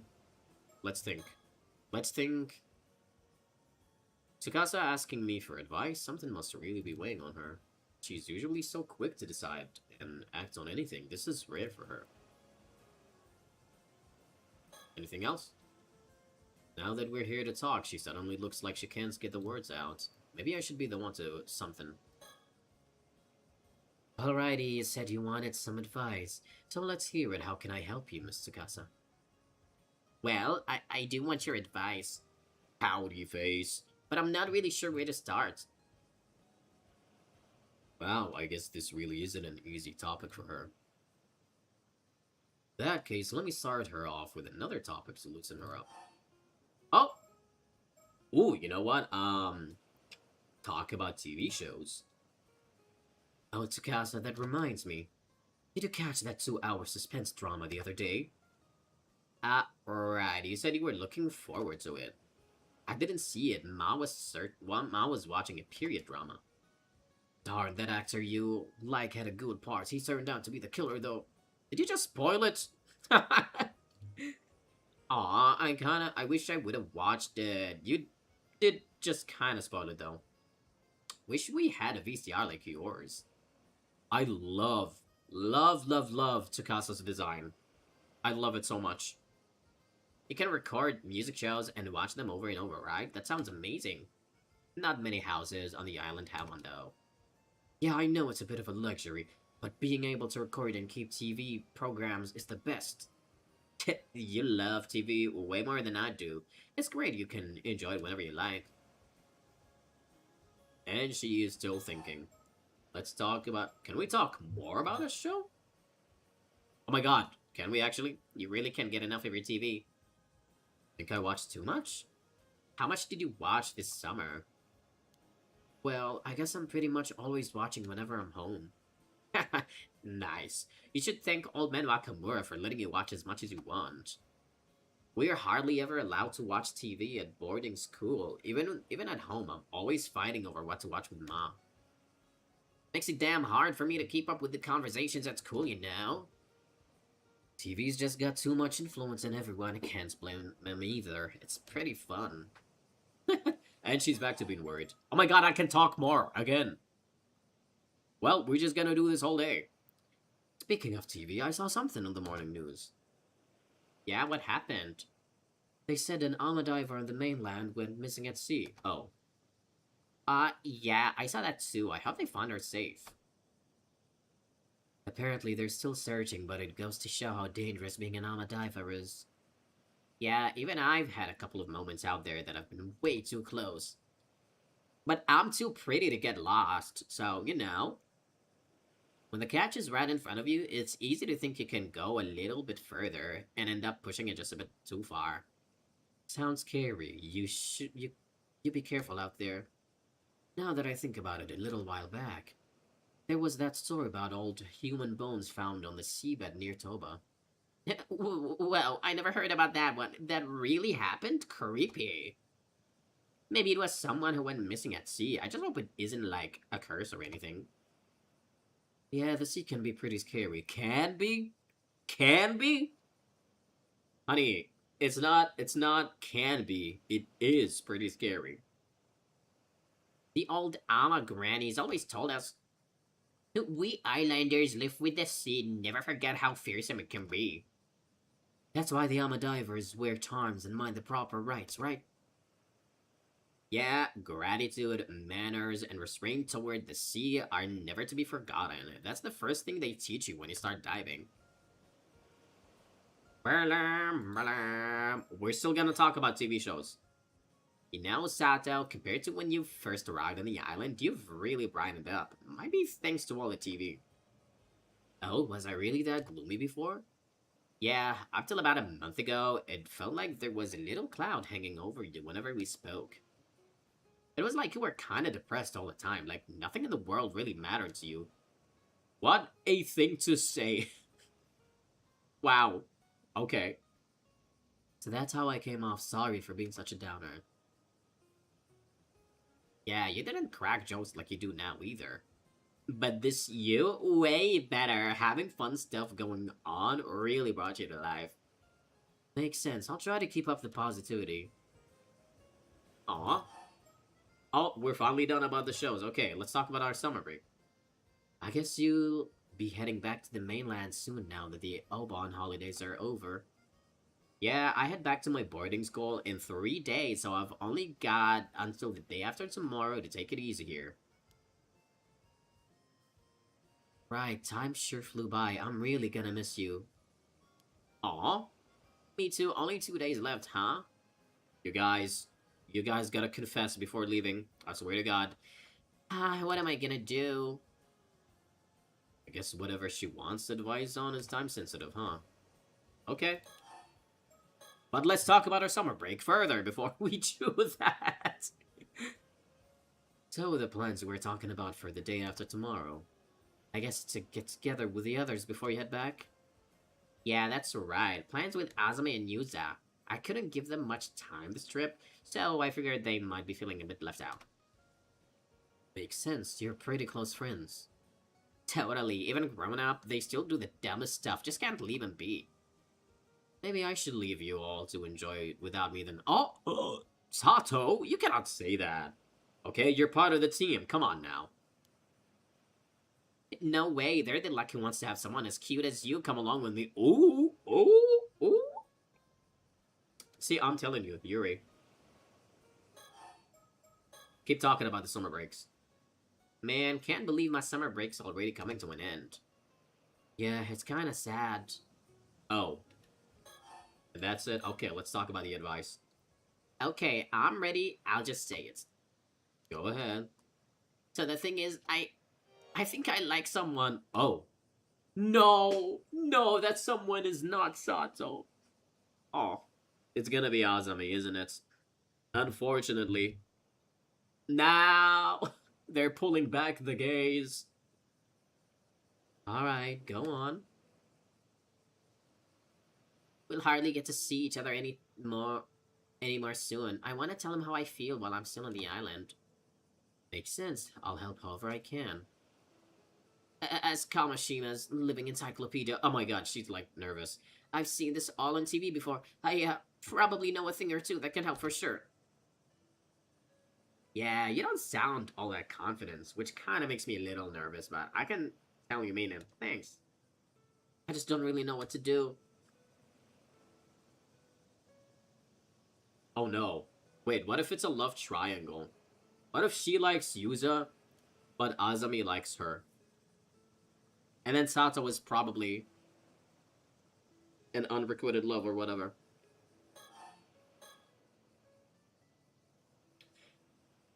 So, which of the two is the lucky guy? Huh? What do you mean? No, wait, don't tell me you think I like Azami or Yuza. Oh? Wait, you mean it's not one of them? Oh, it's not?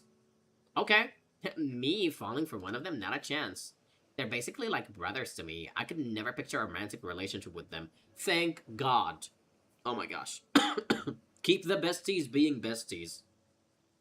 Without... Actually, let's make sure that, like, none of those three have a thing for each other. How about that? How about that? I think that would be great.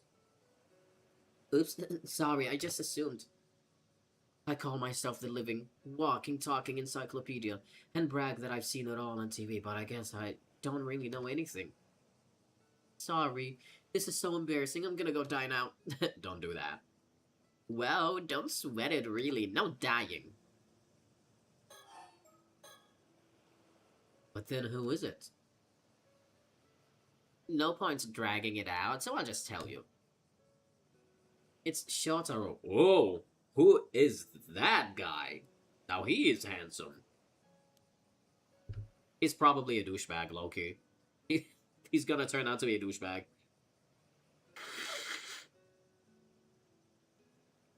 Mr. Wakamura's son. I see, I see. He's sincere, smart, and pretty handsome. I can see why you'd like him. Right, he's back visiting the island at the moment, but he usually goes to university in Tokyo. I've secretly admired him for ages, but I always thought he just saw me as a kid. I figured he'd never be interested. How old is he? Please tell me they're like around the same ages. Oh wait, she's 17 at the moment.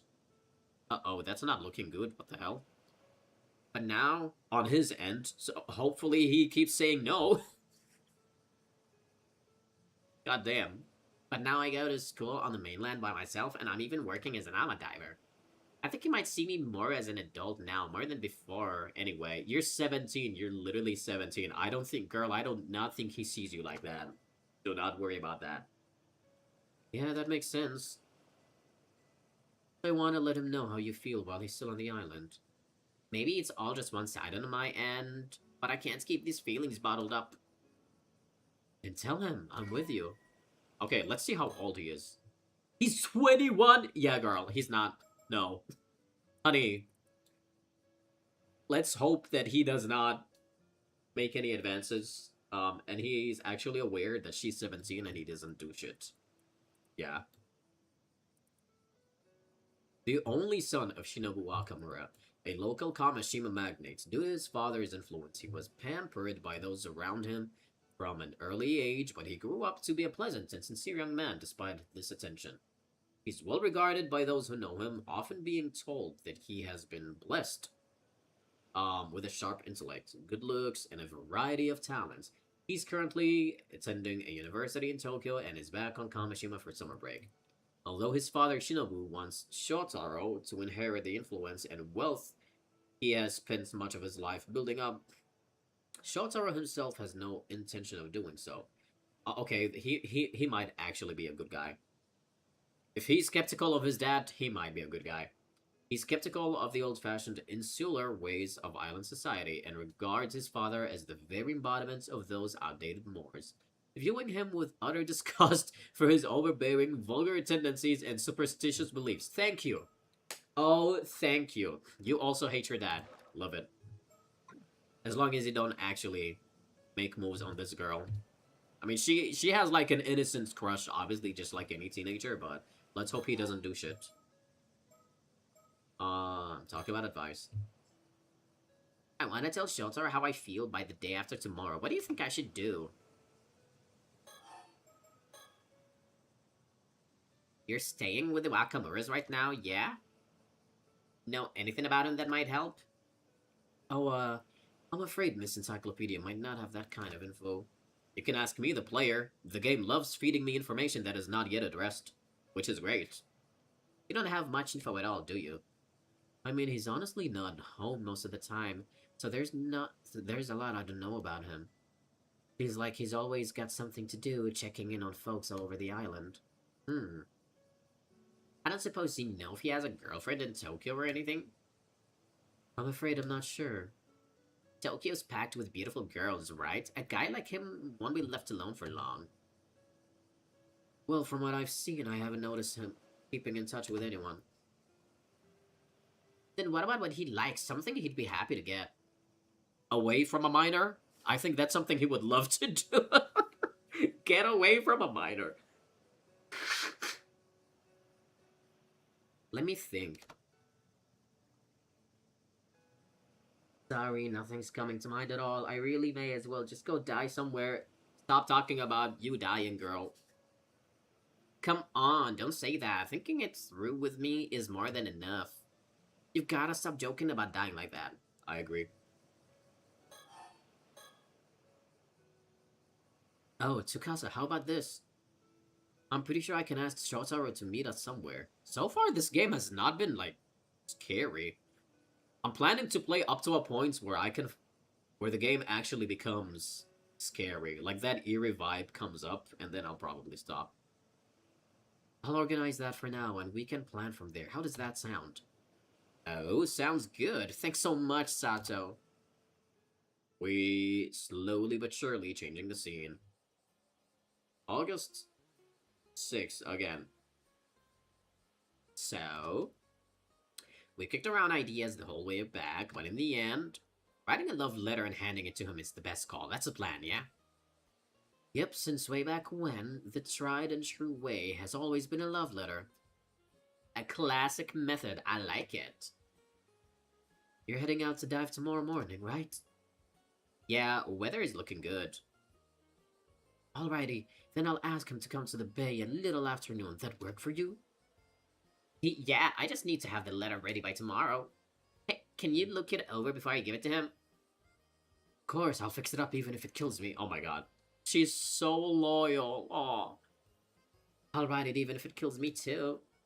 I'm already so nervous. Oh, of course. You know what? He just shows up because that's what always happens when you talk about somebody. Yeah. Hey, you two over there. Is that how I think it is? Whoa. He really is handsome. I don't know if I want to trust him yet. I know he hates his dad. I don't know if I trust him, though. We'll see. It's Shotaro. Oh, wow. Speak of the devil. Okay. Here's the moment of truth. We're gonna see how he talks to Tsukasa, and then determine whether I'm gonna instantly like this guy or instantly hate him. Sorry to interrupt. Bakamura! He's totally glowing as usual. Is something wrong? Have you seen Azami? Or, wait, what kind of voice do you want? You seen Azami? He didn't show up to today's association meeting. Oh, I see. I haven't seen him today. I think I know where he is. I'll go get him. Oh, you do? I knew I could count on you, Tsukasa.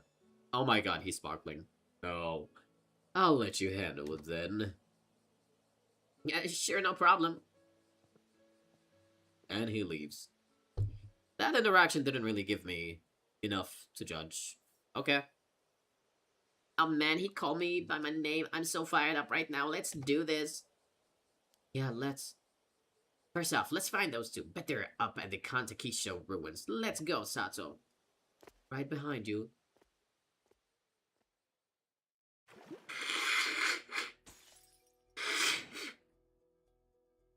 Ah, dang it. We're playing as Yumiko. Part of me was hoping that we were gonna play as, what's his name? Kiryu. Todo Kiryu. Alright, let's see what they have. Yumiko and Kiryu head to the coast of Futamigaura after receiving a report about a strange corpse found there. I'm curious to check this out. Okay. So this happens a day after what we just went through. Alright. Ide. Mrs. Shiki, there you are. Sorry for calling you all the way here. Not at all. Thank you for bringing the case to our attention. I hear you've got an unusual corpse on your hands. Well, forensics aren't here yet, so I honestly don't know whether it can even be called a corpse or not. But I do know that it'll cause a stir if anyone catches sight of it, so right now we're just trying to keep the busybodies away. I am sure glad it happened while you were still here, though. What with you being from the Tokyo Metropolitan Police and all. Ooh, okay. Masaru Ide. Where is our cadaver, then? No, Gouda? No. Still in the water over there where it was found. Feel free to go ahead and examine it. Over there, I see. Hi, Gouda. You wanna come up on my lap again? Wanna come up? Come here. Come on. Ah, good boy. Oh my goodness. Alright. Feel free to relax while I play the game. Uh-huh. Long as you don't bite my headphones, I am fine with it. There's that obvious corpse over there. But no, we're not gonna do that right now. We're gonna look at the surroundings.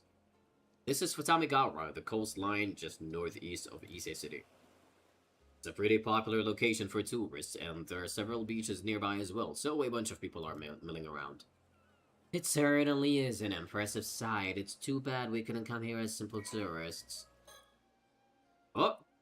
Futamigaura is the name of the stretch of coastline along Futami Town, so named during the events of the story. It has since been merged with Ise City in the Watarai district of Mie Prefecture. As part of the Iseshima National Park, it has been designated as a place of scenic beauty and considered one of the most scenic spots in Japan.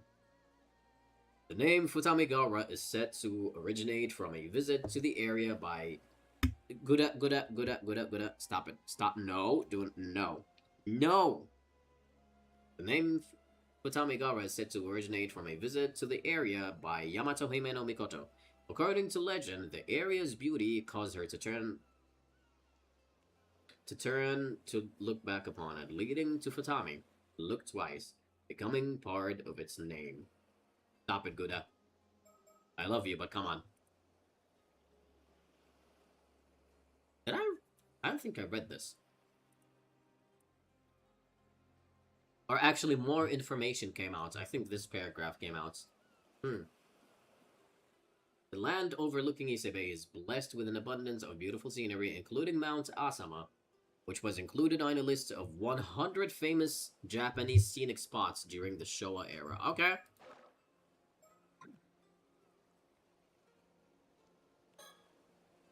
Sound of the waves and the buzz from the onlookers fills the air around us. I suppose it's inevitable that the police being around would draw people's attention. I just hope it doesn't cause a commotion. Anything else? No burp? No burp. Alright, let's... Visibility. Whoa, vision ability? I'm sorry, what the fuck is this? What the hell? Whoa. That is something. Originally came to Mia from Tokyo to investigate another case. But with so many other incidents occurring, I can't help but get the sinking feeling something troublesome is about to happen. Detective Ide has been a huge help to us so far. We might be able to reveal some of our circumstances to him. But first, hi Kiryu. Ooh! Oh shit, the music! Ooh! The vocals! Alright! Alright, I see you. This is Soto Kiryu. He's worked with me as my assistant for a long time now, although he usually makes his living as a psychic detective. What? He's not officially with the police, but with my assignments being what they are, he has special permission to accompany me on investigations. What? Oh, there we go. Now we can see your profile. Alright. An independent psychic who makes his living as Japan's only psychic detective. Soto has no permanent residence, instead traveling throughout the country for training and resolving any metaphysical incidents he comes across. Something which eventually led to him gaining his current moniker within the industry. Although he has a calm and taciturn personality and is possessed of a sharp mind, he's surprisingly sensitive by nature. However, this trait does not extend to mercy towards spirits and other phenomena, which he often ends up subduing by force. Ooh, really? Curses. Curses? A curse bearer? The ability to use particular curses to inflict harm or otherwise negative effect on others. Effects range from forcibly binding a target in place to dealing a fatal wound. The stronger the curse's effects, the greater the burden on others. What the fuck? Shagan, the ability to see the face of a deceased individual from their remains, allowing for recreation of their features via portrait sketch. What? Only a small piece of the deceased's remains is necessary to use this ability. However, enough of the thoughts and desires of the dead individual must remain for it to be effective. Okay.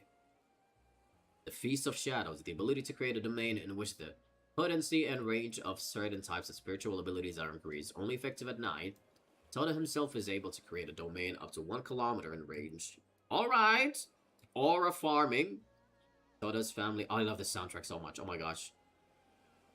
Soto's family runs a small shrine dedicated to a certain Onmyoji from the Sengoku period. This Onmyoji is said to be an ancestor of the Kiryu family, which may explain why their bloodline has produced many individuals with a strong spirit sense over the years. Soto was born with an exceptionally potent spirit sense even within this lineage, leading to his abilities catching the attention of the legendary psychic Itensai Shiki when he was 8 years old. Itensai subsequently took him under his wing and his protege, and Soto underwent rigorous training under his watchful eye. Alright. Even now, he's always quick to respond when summoned by his mentor's wife. Mentor's wife? Oh, okay. Himeko Shiki, and often supports her during her work. He also has a keen interest in swords and is extremely knowledgeable about blades from all countries and eras. That is my kind of guy. He loves blades, which is very cultured. Can I talk to you, baby? Is there anything that stands out to you so far, Soto? I'd like to get a better grasp on the details before saying anything, I think. Okay. We're done. This is Masaru Ide, a detective from the local police. He's acting as my point of contact while I'm over here, as well as providing any support I need. I don't doubt it's quite a troublesome assignment. There are a lot of things that need to be kept secret for one. But he's been very good at not prying into the particulars while doing what needs to be done, occasional grumbling notwithstanding. Given what this case has ended up involving, though, those particulars may not end up remaining undisclosed for much longer. Oh, and there he is. 35. Alright. Assistant Inspector in the 1st Investigative Division of the Criminal Investigation Department of the Mie Prefectural Police. He often finds himself saddled with whatever troublesome tasks come to the department's way.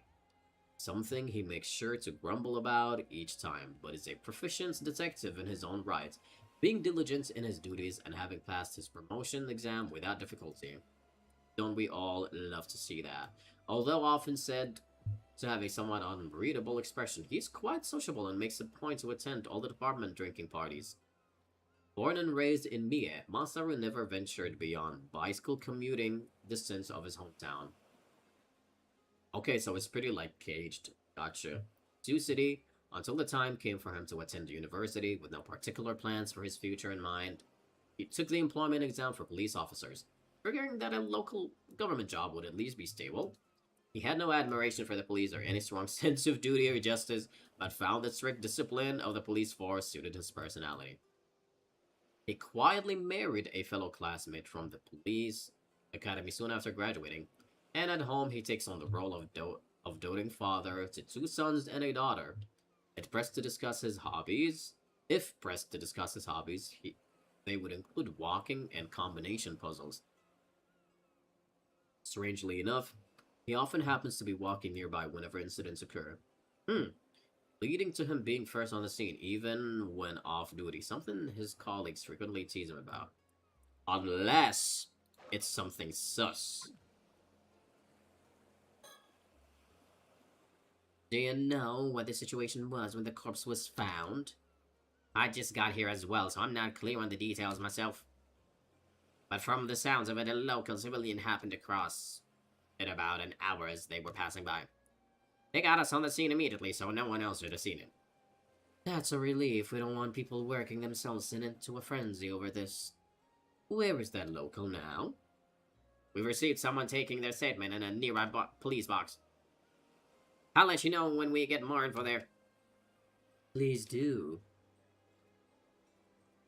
We're talking, maybe?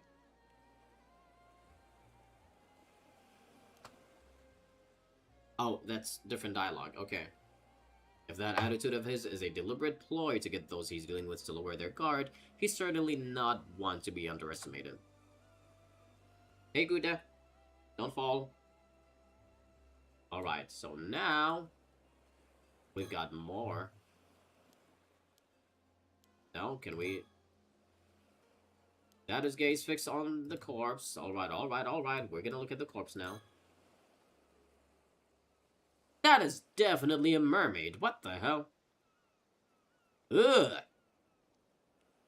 Wow. I see, so this is the corpse in question, is it?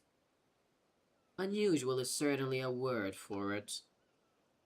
It's all dried up now, almost like it's been mummified. But apart from that, it's pretty safe to say this is a mermaid, right? Let's take a closer look at it. Wow.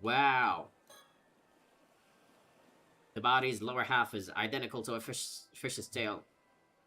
If this was a fish, it'd be a pretty huge one.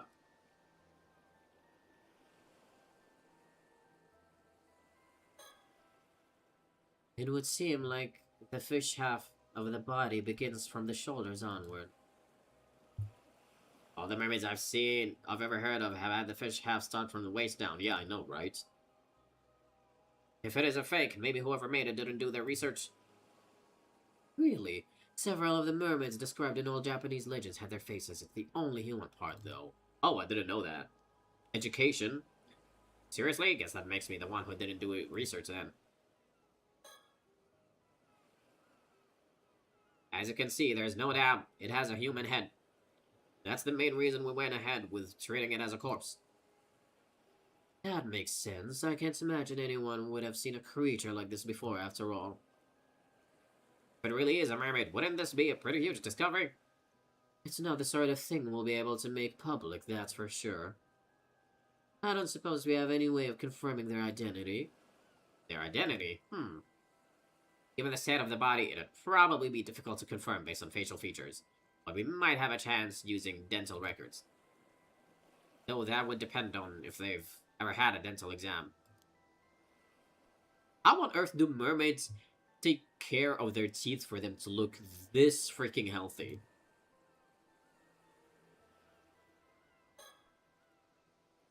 If this really is a corpse, I wonder when they died. I doubt their body would have ended up this desiccated if it had been in the sea this whole time. I think there is the possibility that they died, shriveled up into a mummy-like state, and then their body fell out into the sea and got washed up here. That's very specific. It makes for quite the enigma, that's for sure. There's no sign of any external wounds. I can't see anything that could have caused their deaths, at least.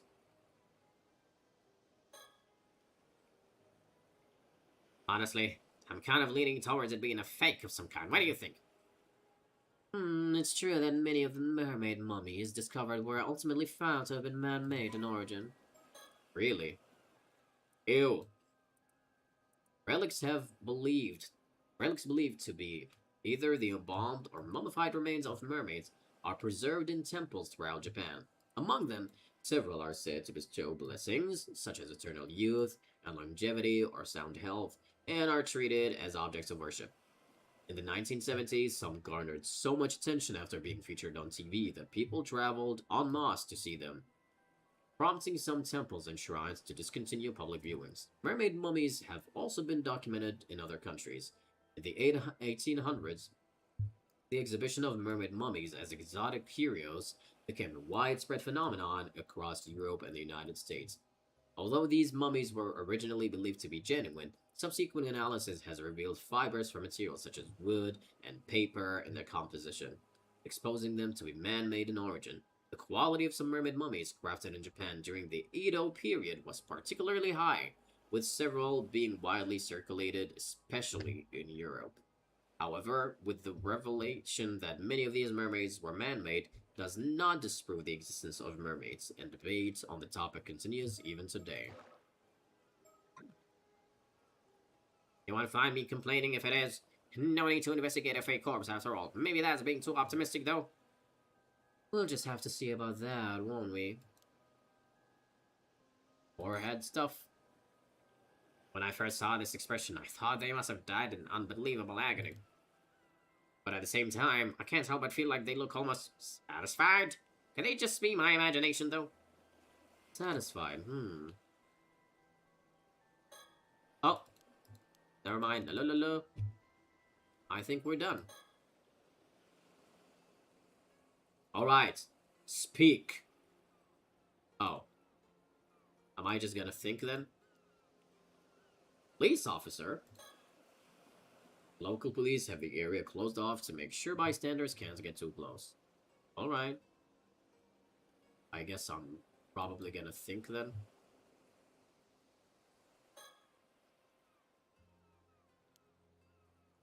Do you think all those stories about becoming immortal from eating mermaid flesh are true? So you're curious about that too, detective? Well, I don't know if I'd actually want to eat it, though. Living forever doesn't necessarily mean you'll be happy, you know? Besides, I can't say I find the thought of eating meat from this thing all that appealing. Yeah, no. That shit looks disgusting. I see, I suppose that's a natural response. But there are plenty of people who would be interested in getting their hands on this corpse for that exact reason. Oh wait, that was Yumika talking. Oops. I can see that. We might even have people fighting over it if it gets out. All the more reason to try to keep it hidden. Sure is a troublesome thing we've got on our hands here. Hey. Well, I think we have a decent grasp of the situation now. What's your opinion, Soto? First of all, based on the state of the corpse, I think it's safe to say this is another case of the curse of the Forsaken Fish. Some of the residual curse energy is still lingering around the body. Just as expected, then. I suppose that's no surprise. Ah, what was that just now?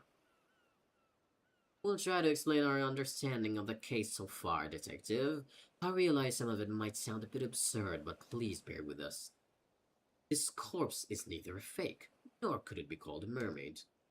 Ah? It is the remains of a human, one transformed into a fish as the result of a curse. So, in other words, a mermaid? What? A former human? And a curse too? It's pretty hard to know what to say to that. One thing's for sure, that's not gonna fly in the case report by itself. Mind explaining a bit more for me?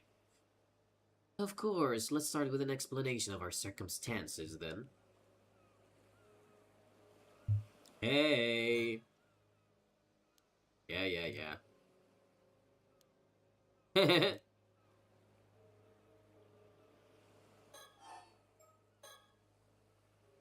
First, I suppose I should start with a brief explanation of the department I work for. Wait, aren't you part of some secret department in the security division over in Tokyo? Are you sure you should be telling me something like that? I'm not gonna get caught up in any troublesome business if you do, am I? No need to worry. I doubt it'll come to that. Probably. Our work is mostly kept a secret because it's something of a pain to find people who will accept, let alone understand the circumstances each time. But you've been very supportive so far, so I can't imagine if that will be a problem. Well, if you really insist, go ahead, I guess. As you say, my department is indeed part of the security division. Its proper name is the Paranormal Affairs Bureau. Isn't that the same bureau we've heard in the first game? I might be tripping, but yeah. Slowly transitioning. I think it is. I don't remember, but I think it is. Although officially called the Tokyo Metropolitan Police Department Security Division, Paranormal Affairs Bureau is more commonly referred to simply as Paranormal Affairs. Only a handful of people know of its existence, even within the police force. Okay, it definitely is the same. As the name suggests, this unit specializes in the investigation and resolution of cases involving paranormal phenomena. Since the existence of such happenings is not public knowledge, nor is it readily believed by the general population, the Bureau's activities are conducted in the utmost secrecy, as there are currently only 5 members in the unit, including the chief. They utilize a network of psychic contacts across the country to assist within their cases. The current chief is Kuiru Nakagoshi. Kuiru Nakagoshi. I don't think I remember that name. Although said to have been born to a family of psychics who have been involved in keeping the world safe from paranormal phenomena for generations, Kuiru is an elusive figure, and very few have met him in person, and he's rarely seen in the office. It is said that this is because he has often been the target of curses. There's a whole bunch of typos in this game. However, some theorize that it's in fact because Kuiru is not actually a flesh and blood human, with some going so far as to question whether he really exists. His seat in his office is usually occupied by his familiar, and Nu, a legendary creature found in Japanese folklore. The Nu resembles an ordinary white thrush and acts as Kuiru's messenger. What? Okay. Leading to bizarre scenes of police officers earnestly reporting their findings to a bird. The term Nakagoshi case serves as a code name used to refer to cases under investigation by Paranormal Affairs. Okay. What else do we got? Buddha, you're sleeping on my wires. Jeez, the Paranormal Affairs Bureau, huh? Though, if there really are cases of spiritual phenomena causing harm around the police, I guess it's not that hard to believe there would be some sort of organization to deal with them within the police. Precisely, I'm glad you're so quick on the uptake. Well, after seeing that corpse over there, there's not much else I can do to but believe it, you know?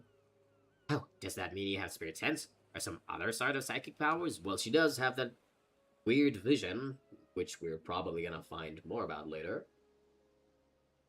Not to any notable degree, I'm afraid. As I mentioned, I'm primarily a housewife. I'm not gonna tell you about my secrets. If you ask me, I would rather sort this all out and get back home to my husband as soon as possible. Right.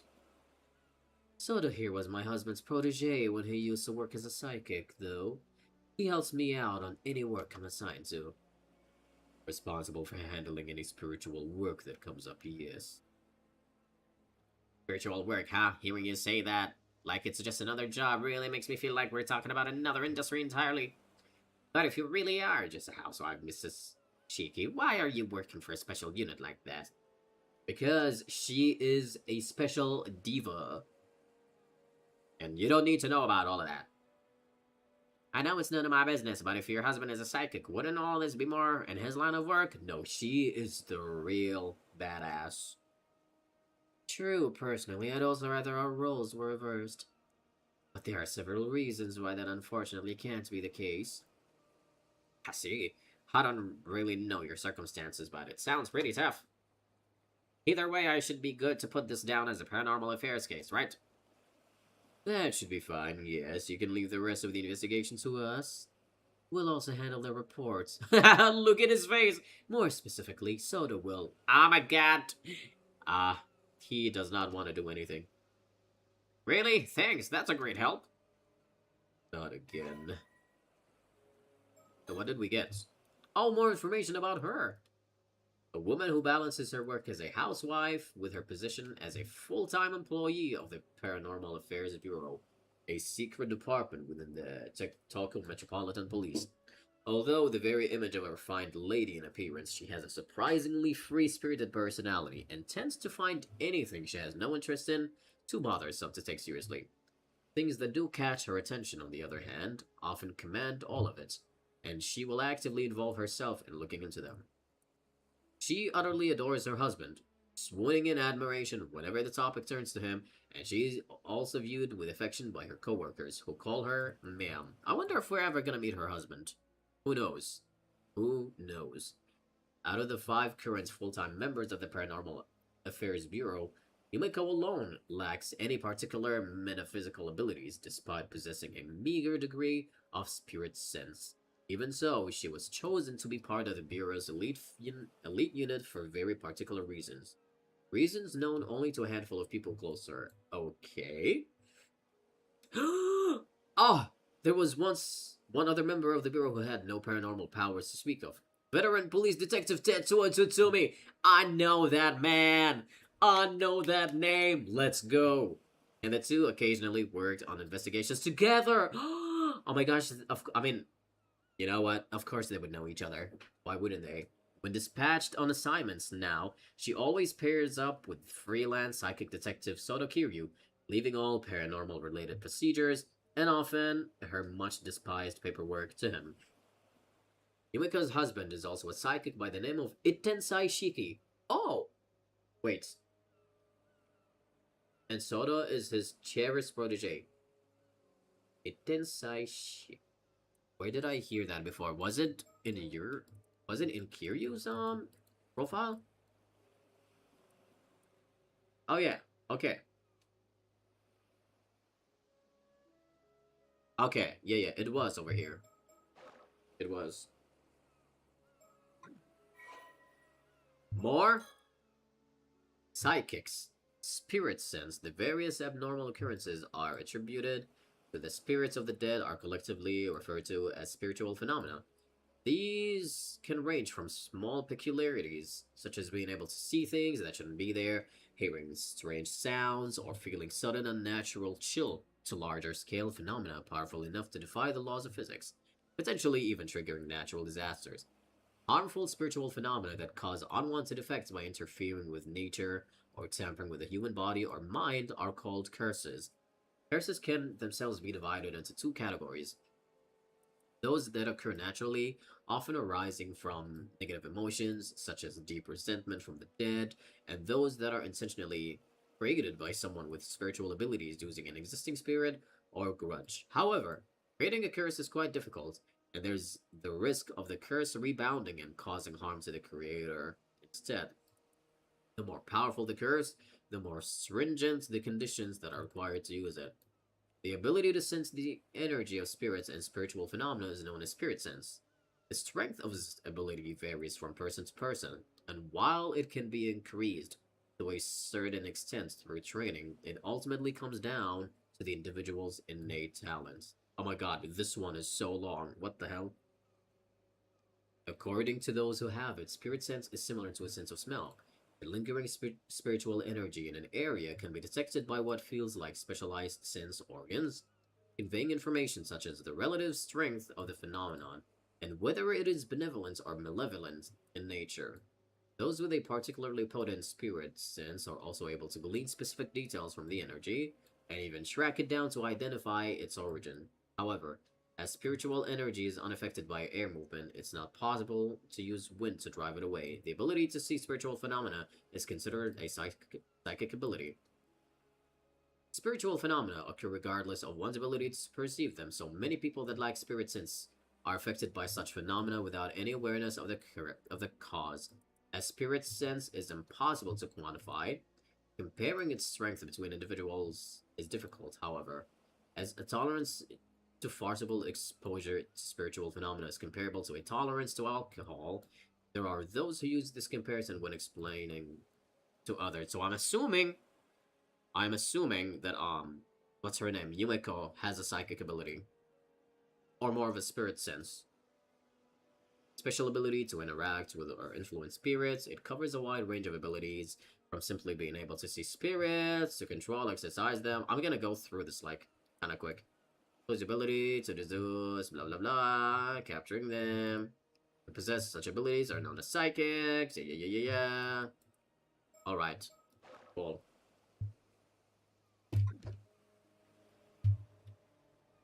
Okay. Gouda! Please, I gotta use my mouse. Love you, but don't sleep on the wire. Love you. Stop it though. Thank you very much. Gosh. Alright, let's talk about spirit sense. You know, I sometimes find myself wondering if I have a bit of spirit sense as well. There have been times I've caught sight of strange things when walking down the road at night. And when I looked into it later, I found that the place I'd walked by had been the site of an accident or the like. Oh, that might be the real deal then. It's definitely a possibility. I would advise not going too close to anything you see of that nature. It becomes easier for them to target you if they realize you're aware of them, you see. Geez, what would happen then? I guess I'd end up possessed or something. There is that danger, yes, in the event you are possessed. You may find yourself afflicted by headaches, muscle stiffness, and hallucinations. Memory problems and impaired thinking are also not unheard of. Headaches and muscle stiffness definitely ring a bell. I sure hope it isn't the work of some spirit. Do people have their personalities taken over when possessed too? It may be possible with the spirits who had a very close relationship with their target. Such as if they were siblings or they were parent and child. Buddha, do not... What are you doing? Stop biting stuff. Honey, stop it. But you almost never hear about people being taken over completely. The negative effects I just mentioned are primarily caused by the two parties not being in sync. That's good to know, I think. Even if a spirit were able to successfully possess someone. I love how they're like still just like chilling and talking right in front of a corpse, by the way. Would only be able to pressure them to behave in ways that wouldn't be unusual for the individual in question. I see, but in that case, there's no way of knowing whether you're behaving that way of your own will or not, right? Exactly, hence the prevalence of cases where people don't even realize they're possessed. So, that's how things work here. As far as I know, I haven't been having any problems like that, though, so I think I should be fine.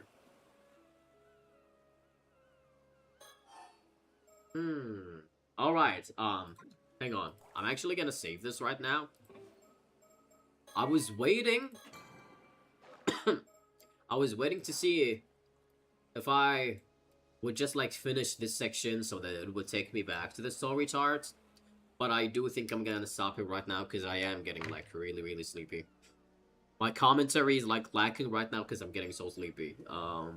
It's, like, midnight right now. It's 12:19 a.m., so I really gotta head off to bed. But I will actually be streaming this again tomorrow. I think I'm gonna try to make adjustments to my streaming schedule. I am gonna try to make it so I stream on the weekends. So that on weekdays, I can just, like, edit the live streams slightly so that I can, like, upload them as VODs instead. Normal videos. While cutting out, like, unnecessary sections and that kind of stuff. So that's probably, like, gonna be my new little schedule. Or, like, a new theme moving on from here. It's gonna be similar to, like, my regular or, like, normal 100-line playthroughs. But yeah, tomorrow I'm gonna be streaming this game again because I personally cannot get enough of it. If it wasn't midnight, I shit you not, I would have gone farther in this game. I am really, really invested. But yeah, so far, I really like the characters we've been introduced to. I think so far, actually more so than the previous game. Again, the first two characters we were introduced to immediately hooked me in. Immediately. And I mean, Shogo and Yoko were not, like, bad characters or anything. But the dynamic between the two best friends, love it. Love it, love it, love it. And then the other divas that we met, Tsukasa and Sato. Don't we also love those two? My gosh. And then there's also this guy. Aura farming. Every single second. We love to see it. But yeah. I'll stop it here. I'll be streaming tomorrow. What time? Let's see. It's definitely not gonna be in the morning. It's gotta be in the evening at some point. I'll make an announcement tomorrow when I schedule it, but it's definitely gonna be somewhere in the evening. So yeah, I will be seeing you guys again in tomorrow's stream.